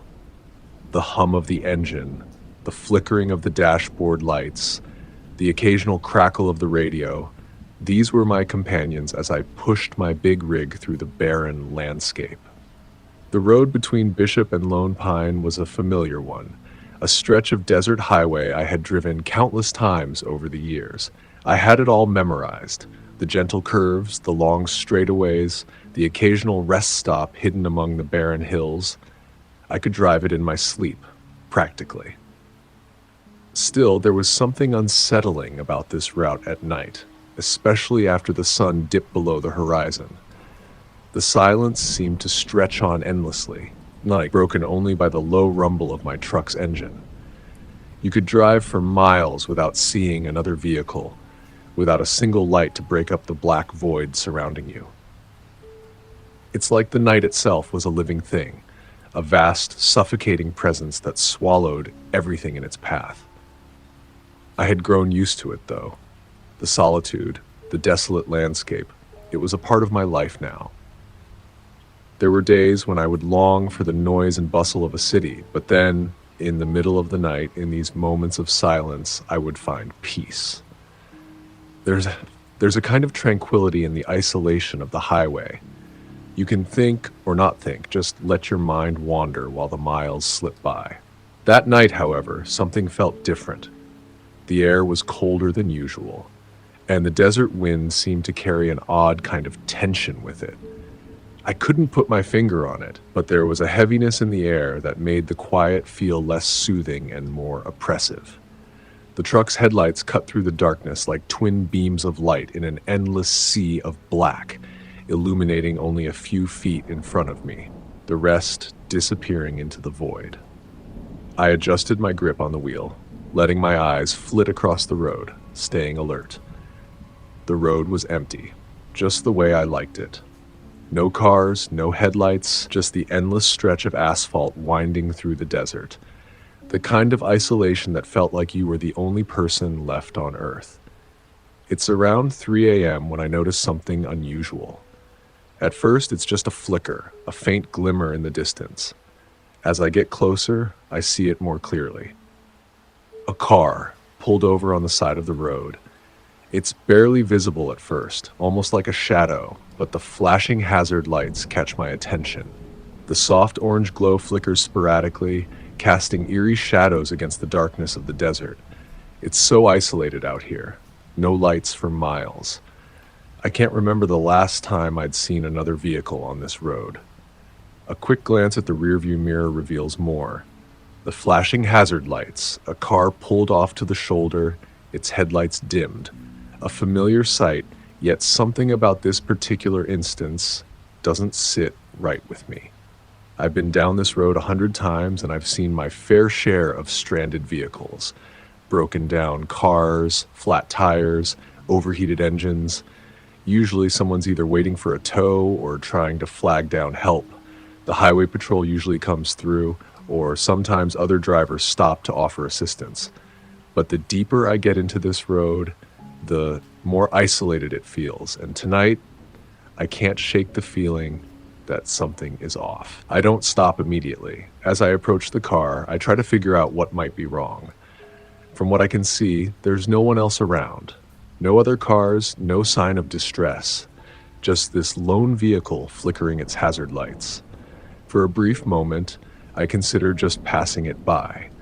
After all, it's not like I haven't seen this before. In fact, I've learned over the years to keep my distance from stopped cars on roads like this. The desert can be a dangerous place. I've heard the stories, people stranded out here only to find themselves in worse situations. I'd heard the warnings. Never stop for anyone on the side of the road in the middle of nowhere. The advice always stuck with me, even if it felt cruel to follow it. But something keeps pulling my gaze back to the car. As I draw closer, I see it more clearly. A man standing beside the vehicle. He's just standing there beside the car, motioning for me to slow down. He's alone. it seems. He doesn't appear injured, doesn't seem to be in any kind of obvious distress, at least not at first. But as my truck gets closer, I can see his hand rising and falling. He's waving at me.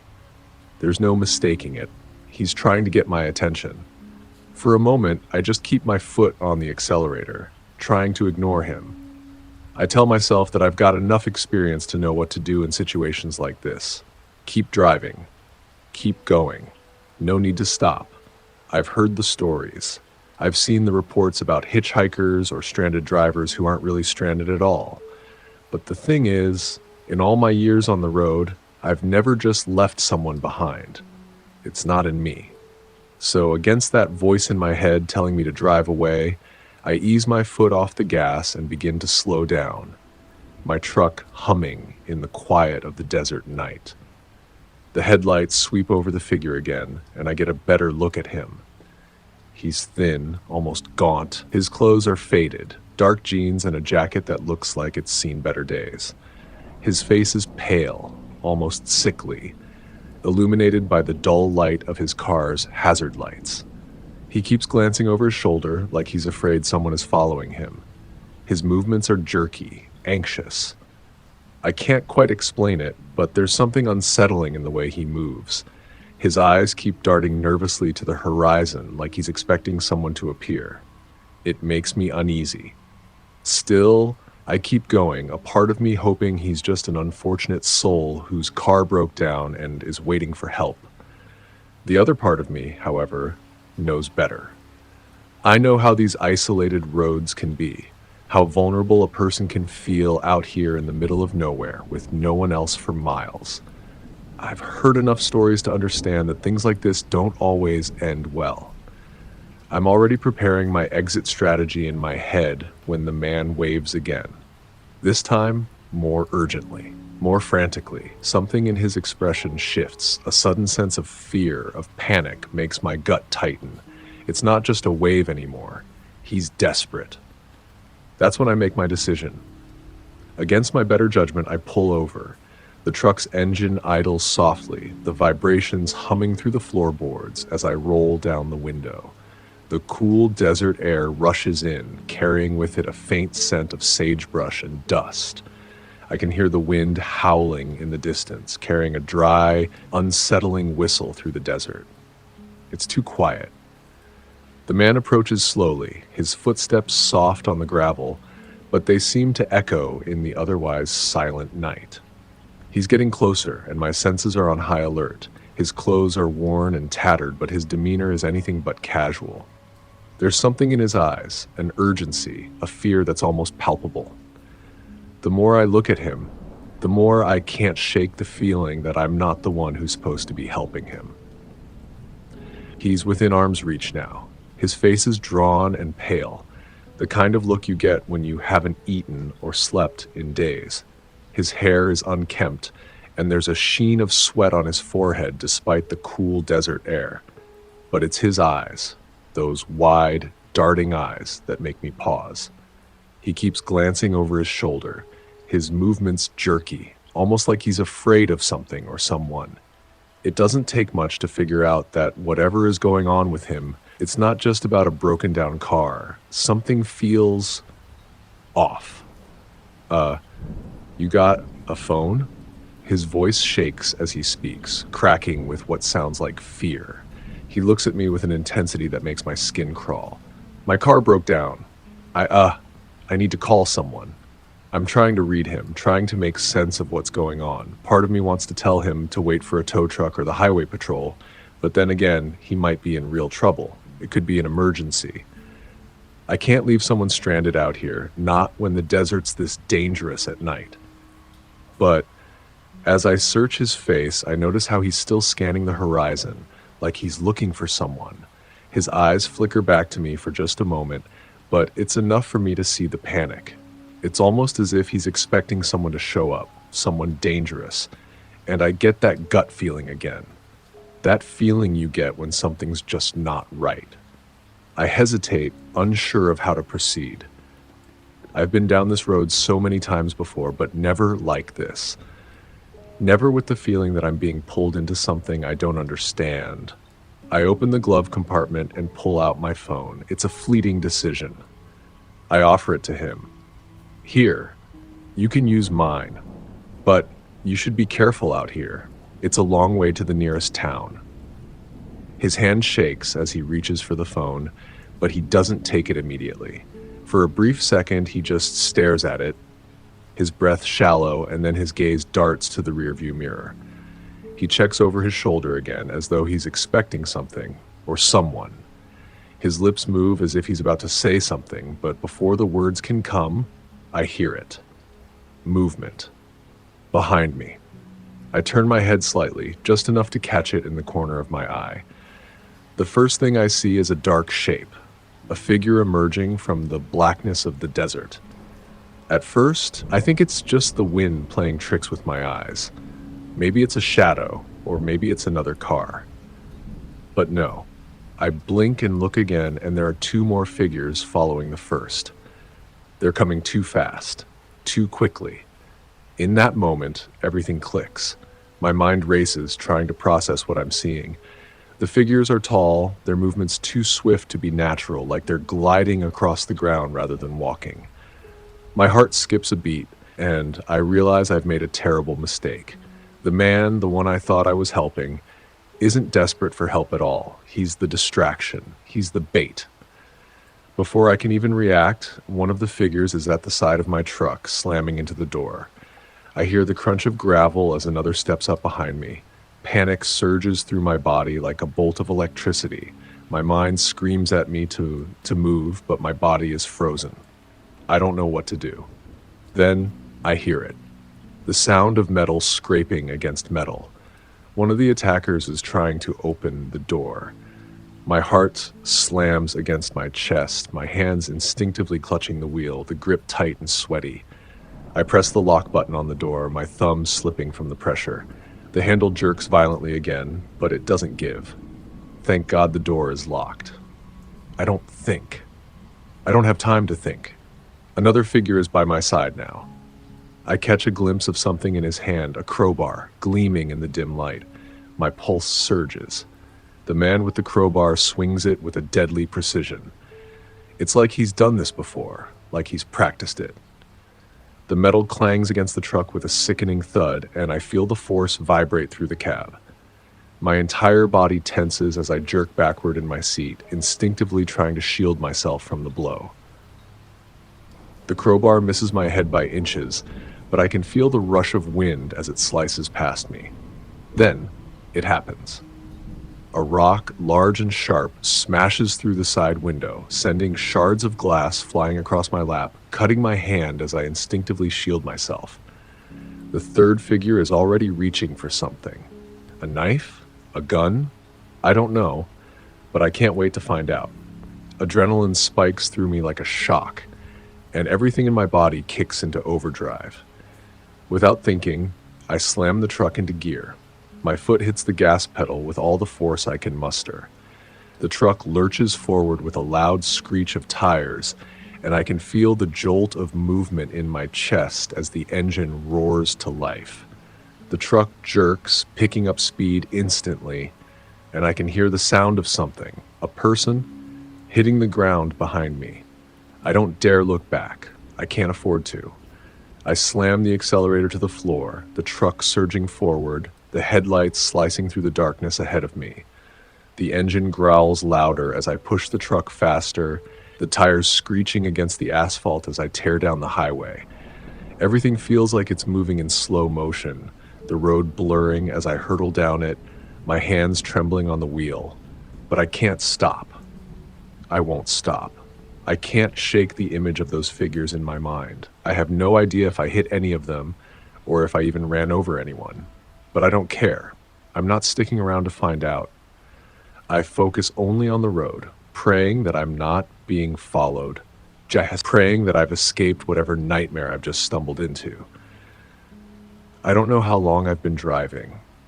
Time feels warped now, like I'm floating in some strange limbo where nothing matters but the road beneath my tires. The truck's engine hums steadily, but everything else feels surreal, as though I'm moving through a dream, or maybe a nightmare. I keep my eyes locked on the road, gripping the steering wheel so hard that my knuckles are turning white. My thoughts race. I replay the entire incident over and over in my head, trying to make sense of it. What the hell just happened? Who were those people? Why were they out there? The questions swirl in my mind, but none of the answers make any sense. My gut tells me I narrowly escaped something terrible, but the thought doesn't offer me any comfort. I feel more like a rat running from a trap, and I can't shake the feeling that I'm not out of danger yet. Finally, in the distance, I see the faint glow of lights. It's the gas station. The one I've passed 100 times, a little oasis in the desert that has always been a welcome sight. This time, it feels like salvation. The relief that floods me is almost overwhelming, and my throat tightens. I pull into the gas station, the truck rattling with each bump in the pavement. The engine sputters, and I ease it to a stop, barely able to focus.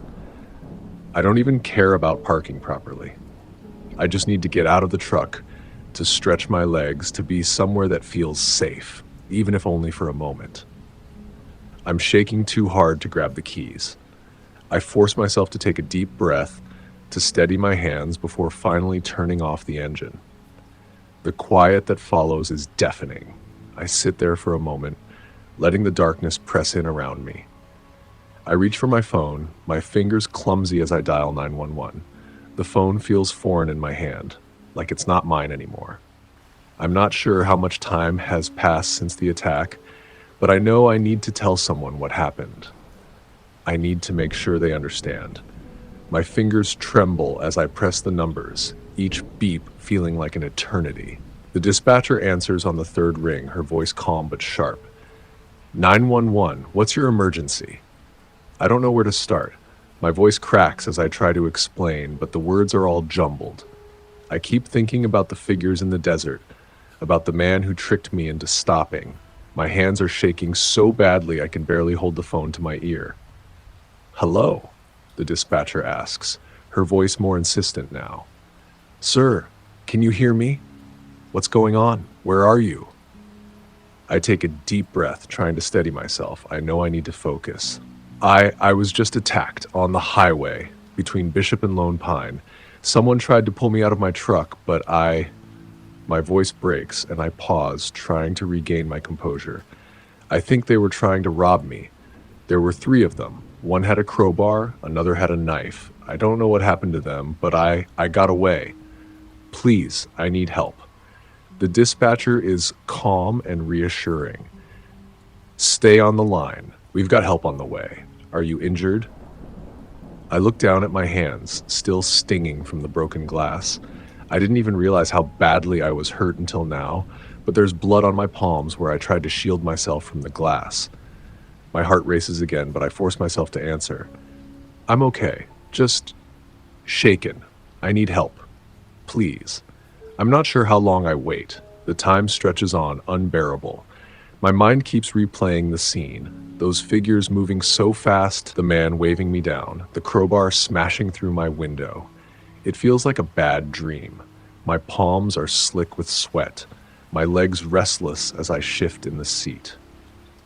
Finally, after what feels like an eternity, I see the headlights of a sheriff's car coming down the road. Relief floods through me, but it's mixed with a sense of dread. I'm not sure what I expect from the officers. I'm not sure I even believe what happened. Will they believe me?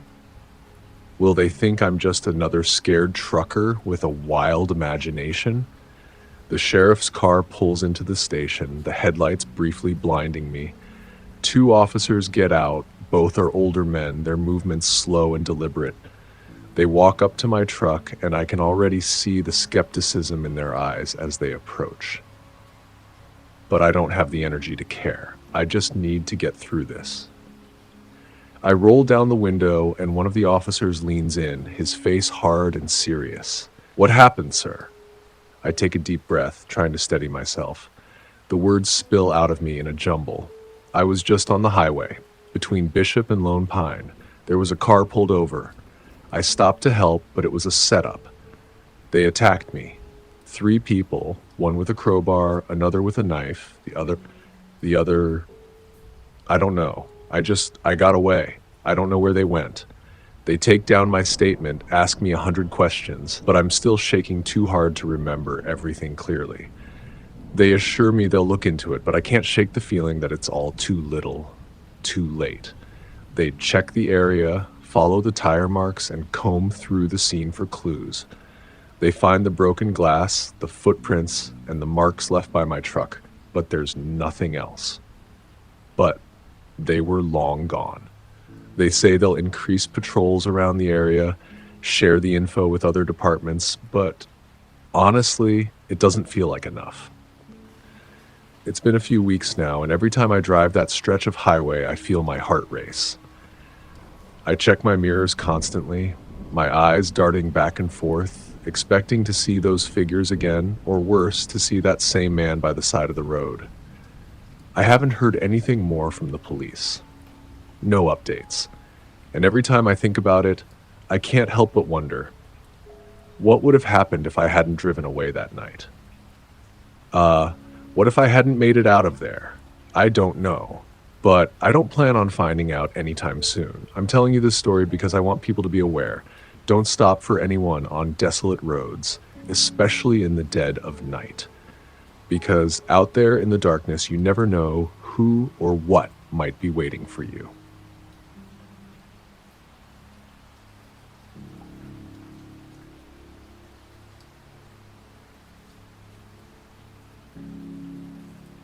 I don't think I'll ever forget that night. It's strange, but I still remember the details so vividly, like my mind is stuck on it. Maybe it's because I feel like I should have seen it coming. But then again, how can you prepare for something like that? Something that's not supposed to happen, something that defies all logic but still happened. I can't explain it in any way that would make sense to anyone, but I'll try. It all started like any other night. I'd just gotten home from work, around 11:45 p.m. I live in a small one-story house on the edge of a sleepy town in Texas. Small, quiet, isolated, the perfect place to escape from everything. It's not much, just a few acres of land surrounded by scrub and dirt roads. The kind of place where neighbors don't bother you, and the night falls thick with silence. The stars look like you could almost reach out and touch them. I never felt unsafe. The town is small enough that the worst you usually hear about are the occasional cows getting loose from the nearby farms or someone's dog getting out. The house itself is modest, the kind you'd find in any small town. A simple living room, an old kitchen, a couple of bedrooms, and a bathroom. Nothing fancy, just enough to live in. I don't need much. I'm the kind of guy who likes things quiet, straightforward, no distractions.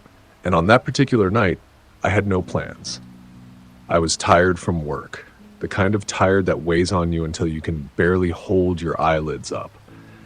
I had a frozen lasagna for dinner, sat down at the kitchen table, ate quickly, and washed it down with some water.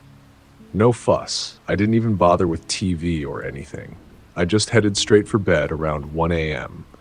I'm not a big sleeper, but I figured I might get a few hours of rest before the alarm went off in the morning. So I turned off the lights, made sure all the doors were locked like I always do, and climbed into bed. It was nothing special, just a quiet night like any other. I guess that's the thing. It wasn't the kind of night you'd expect something to happen. It was the calm before the storm. The house was still. The air in the room was heavy, as if it was holding its breath, waiting for something. I thought nothing of it at the time. I rolled over, tucked myself under the covers, and let out a deep breath. The soft hum of the refrigerator from the kitchen was the only sound in the entire house, and after a while, I fell asleep. But then I woke up. It's hard to say exactly when, but I remember it like I was ripped from a dream. 1 second, I was drifting off, and the next, my eyes snapped open and I could feel it. The feeling that something was wrong. I wasn't sure what it was at first. It wasn't the usual startle from a nightmare or the sound of an animal outside. No, this was different. I lay there, frozen, my body stiff as a board, every muscle tense, but my mind racing. The room was dark, too dark, and the silence felt too heavy. It was suffocating in a way that I couldn't explain. I couldn't even hear the wind outside. I thought I heard something at first, maybe the creak of the house settling or the low hum of a car driving by on the distant road. But no, there was nothing. Not a single sound, just the stillness. It felt like the air itself had become thick, like the weight of the world was pressing down on me. And then it hit me, the sensation of being watched. I can't tell you how I knew, but I did. It was like a cold finger running down my spine. I wasn't even breathing. I wasn't even sure if I could move. But in that moment, my entire body felt like it was tingling, like it was charged with static, like every hair on my body was standing up. I held my breath, trying to make sense of it. I told myself it was just my imagination, just one of those things that happens when you wake up in the middle of the night. But I couldn't shake it. It wasn't just an uneasiness. It wasn't just that feeling of someone lurking in the corner of your mind. This was something deeper. This was real. The air felt different. The room felt different. Even the bed beneath me felt like it had changed. I shifted slightly, careful not to make a sound, straining my ears for any hint of what was going on. My eyes darted around, but the darkness swallowed up everything in the room. There was no moonlight, no streetlights filtering through the windows, just a blanket of pitch black darkness that seemed to press in from every side. And then I saw it. Or rather, I didn't see it, but I felt it. The door. It was open. Not wide open, but just enough that the faintest sliver of the hallway outside was visible. It had been closed when I went to bed, I was sure of it. I always closed it. I always made sure the house was sealed up tight before I lay down. So why was the door ajar? I stared at it for what felt like an eternity, my mind racing, trying to come up with some logical explanation. Was the wind responsible? Did I forget to lock it? No, that didn't make sense. I would have noticed that. I always did. But the door was open, and the darkness on the other side of it seemed deeper somehow, darker than the night in the room. I forced myself to breathe again, slow, steady, trying to calm my racing thoughts. I told myself it was nothing. Maybe I'd forgotten to latch it properly when I got into bed. Maybe the house had settled, causing the door to shift. I tried to convince myself it was just my mind playing tricks. It wasn't anything. It couldn't be. But as I lay there, I couldn't shake the feeling that I wasn't alone in the house anymore. I closed my eyes just for a moment, trying to dismiss the creeping dread clawing at my chest.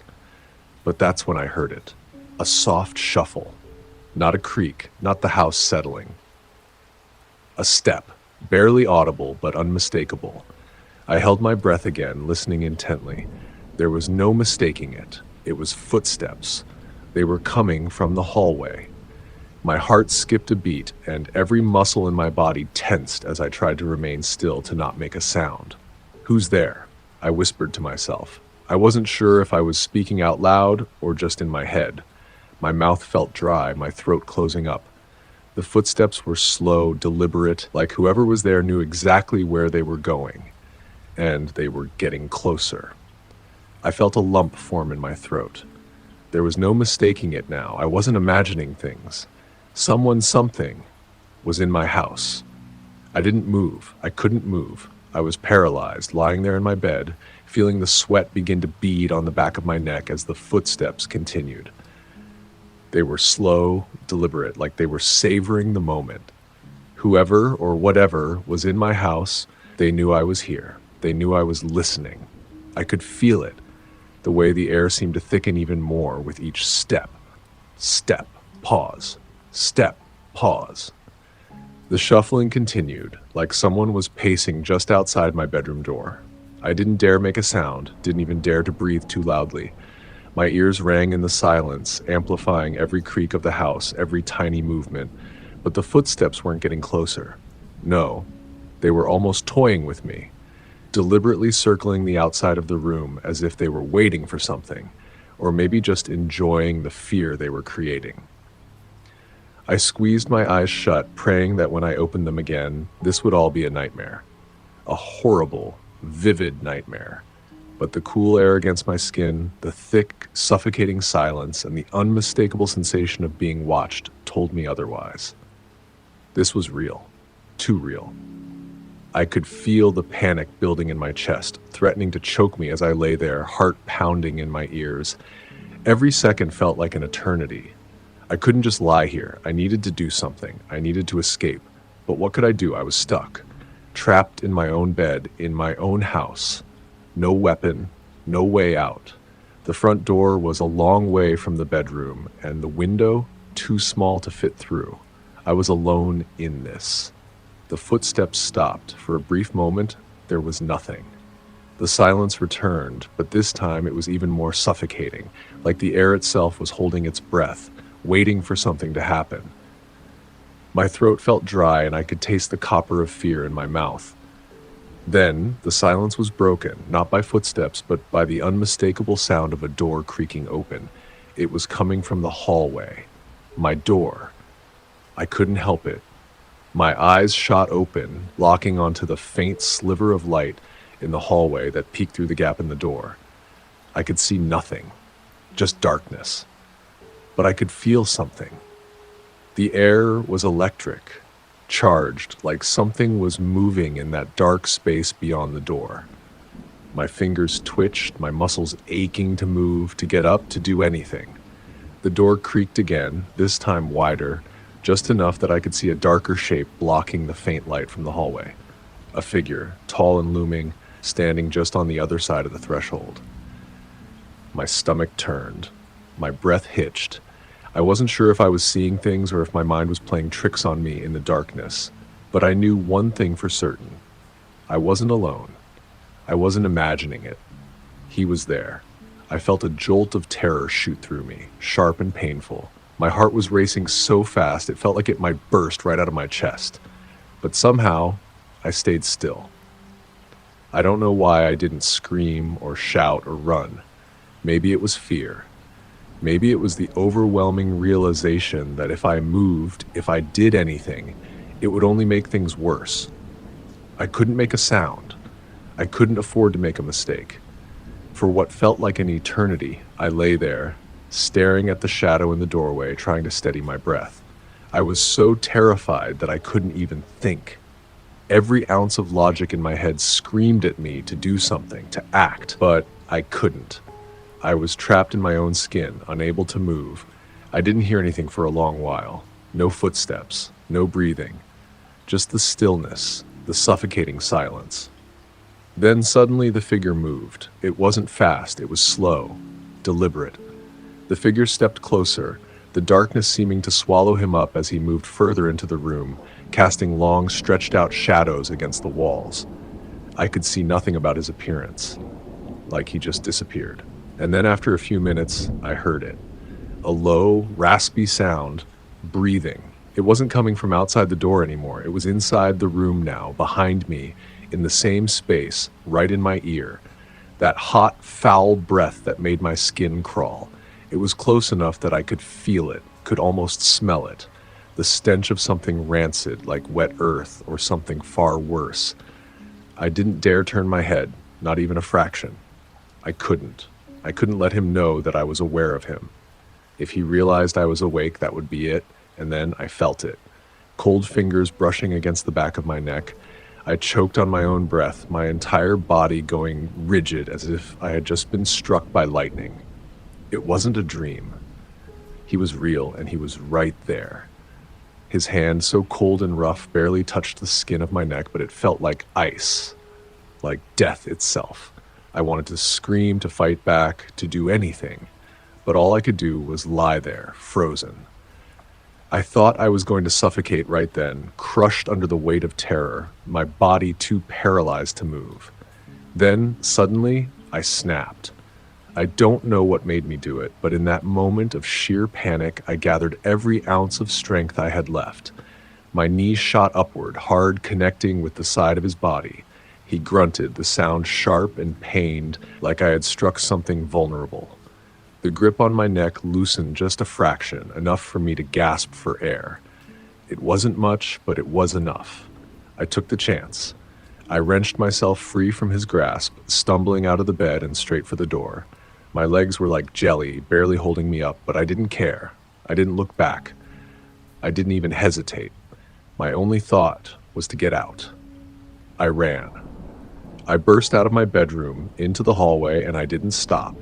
My feet slid on the wooden floor as I rushed past the bathroom, the hallway light flickering weakly above me. The living room was just ahead, but I had no idea if the man was following me, if he was even still there.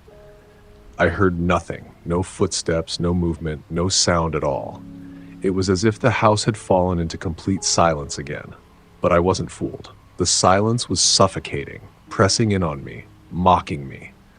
I reached the front door, hands trembling as I fumbled for the handle. I could feel the cool metal under my fingers, but my hands were slick with sweat, shaking so violently I could barely get a grip. The door was locked. Of course it was locked. I had locked it before I went to bed. Please, please, please.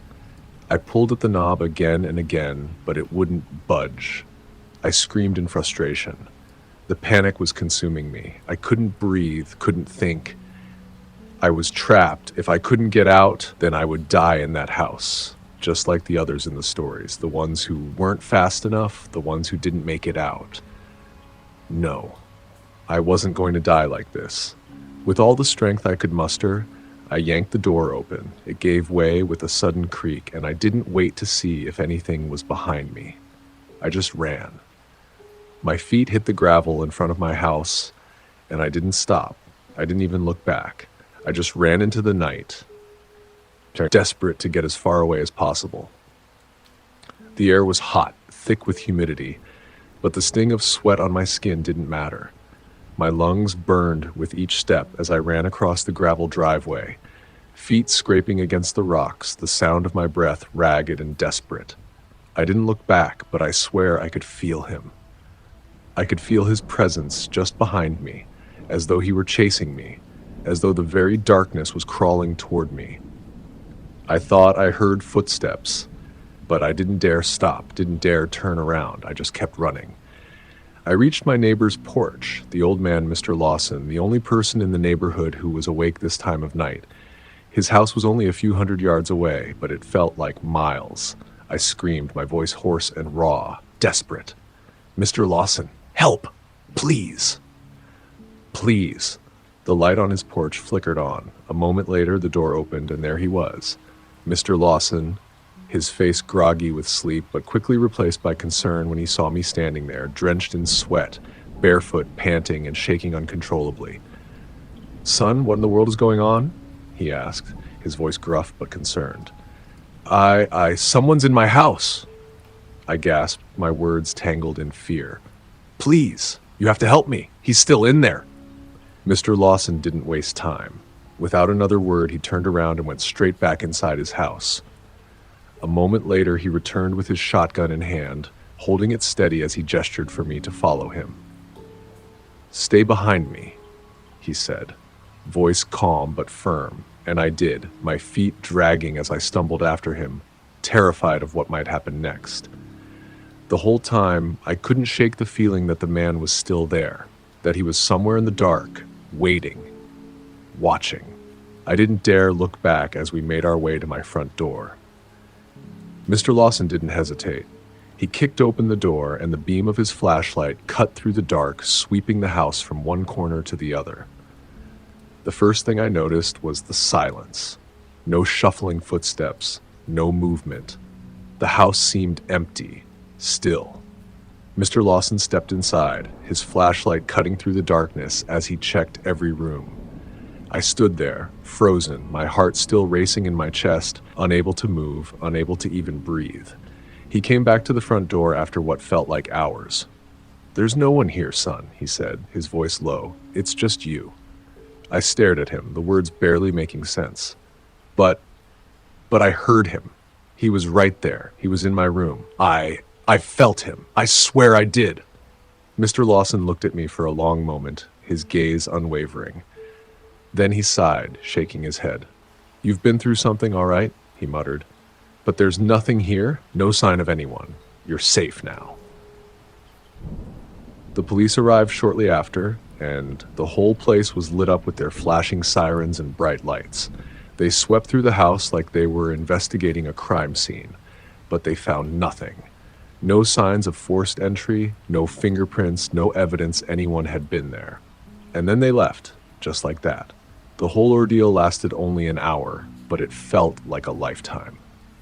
The sheriff told me it was probably just some kind of prank, some sick joke someone played on me. But deep down, I knew what I felt. I knew what had happened. That man, the one who had been in my house, who had touched me, he was real. I've locked every door, every window, and checked every corner of this house 100 times since that night. But every time I close my eyes, I can still feel him. I can still feel his cold breath on the back of my neck. I don't know who he was or what he wanted, but I do know one thing. I don't feel safe anymore. I don't think I ever will again. That's it for today's tale from Shivering Vault. If you have a story worth sharing, drop it in the comments or send it our way. Don't forget to subscribe and share with your fellow thrill seekers. As always, the Shivering Vault thanks you for unlocking today's tale. Until next time, the vault awaits your return.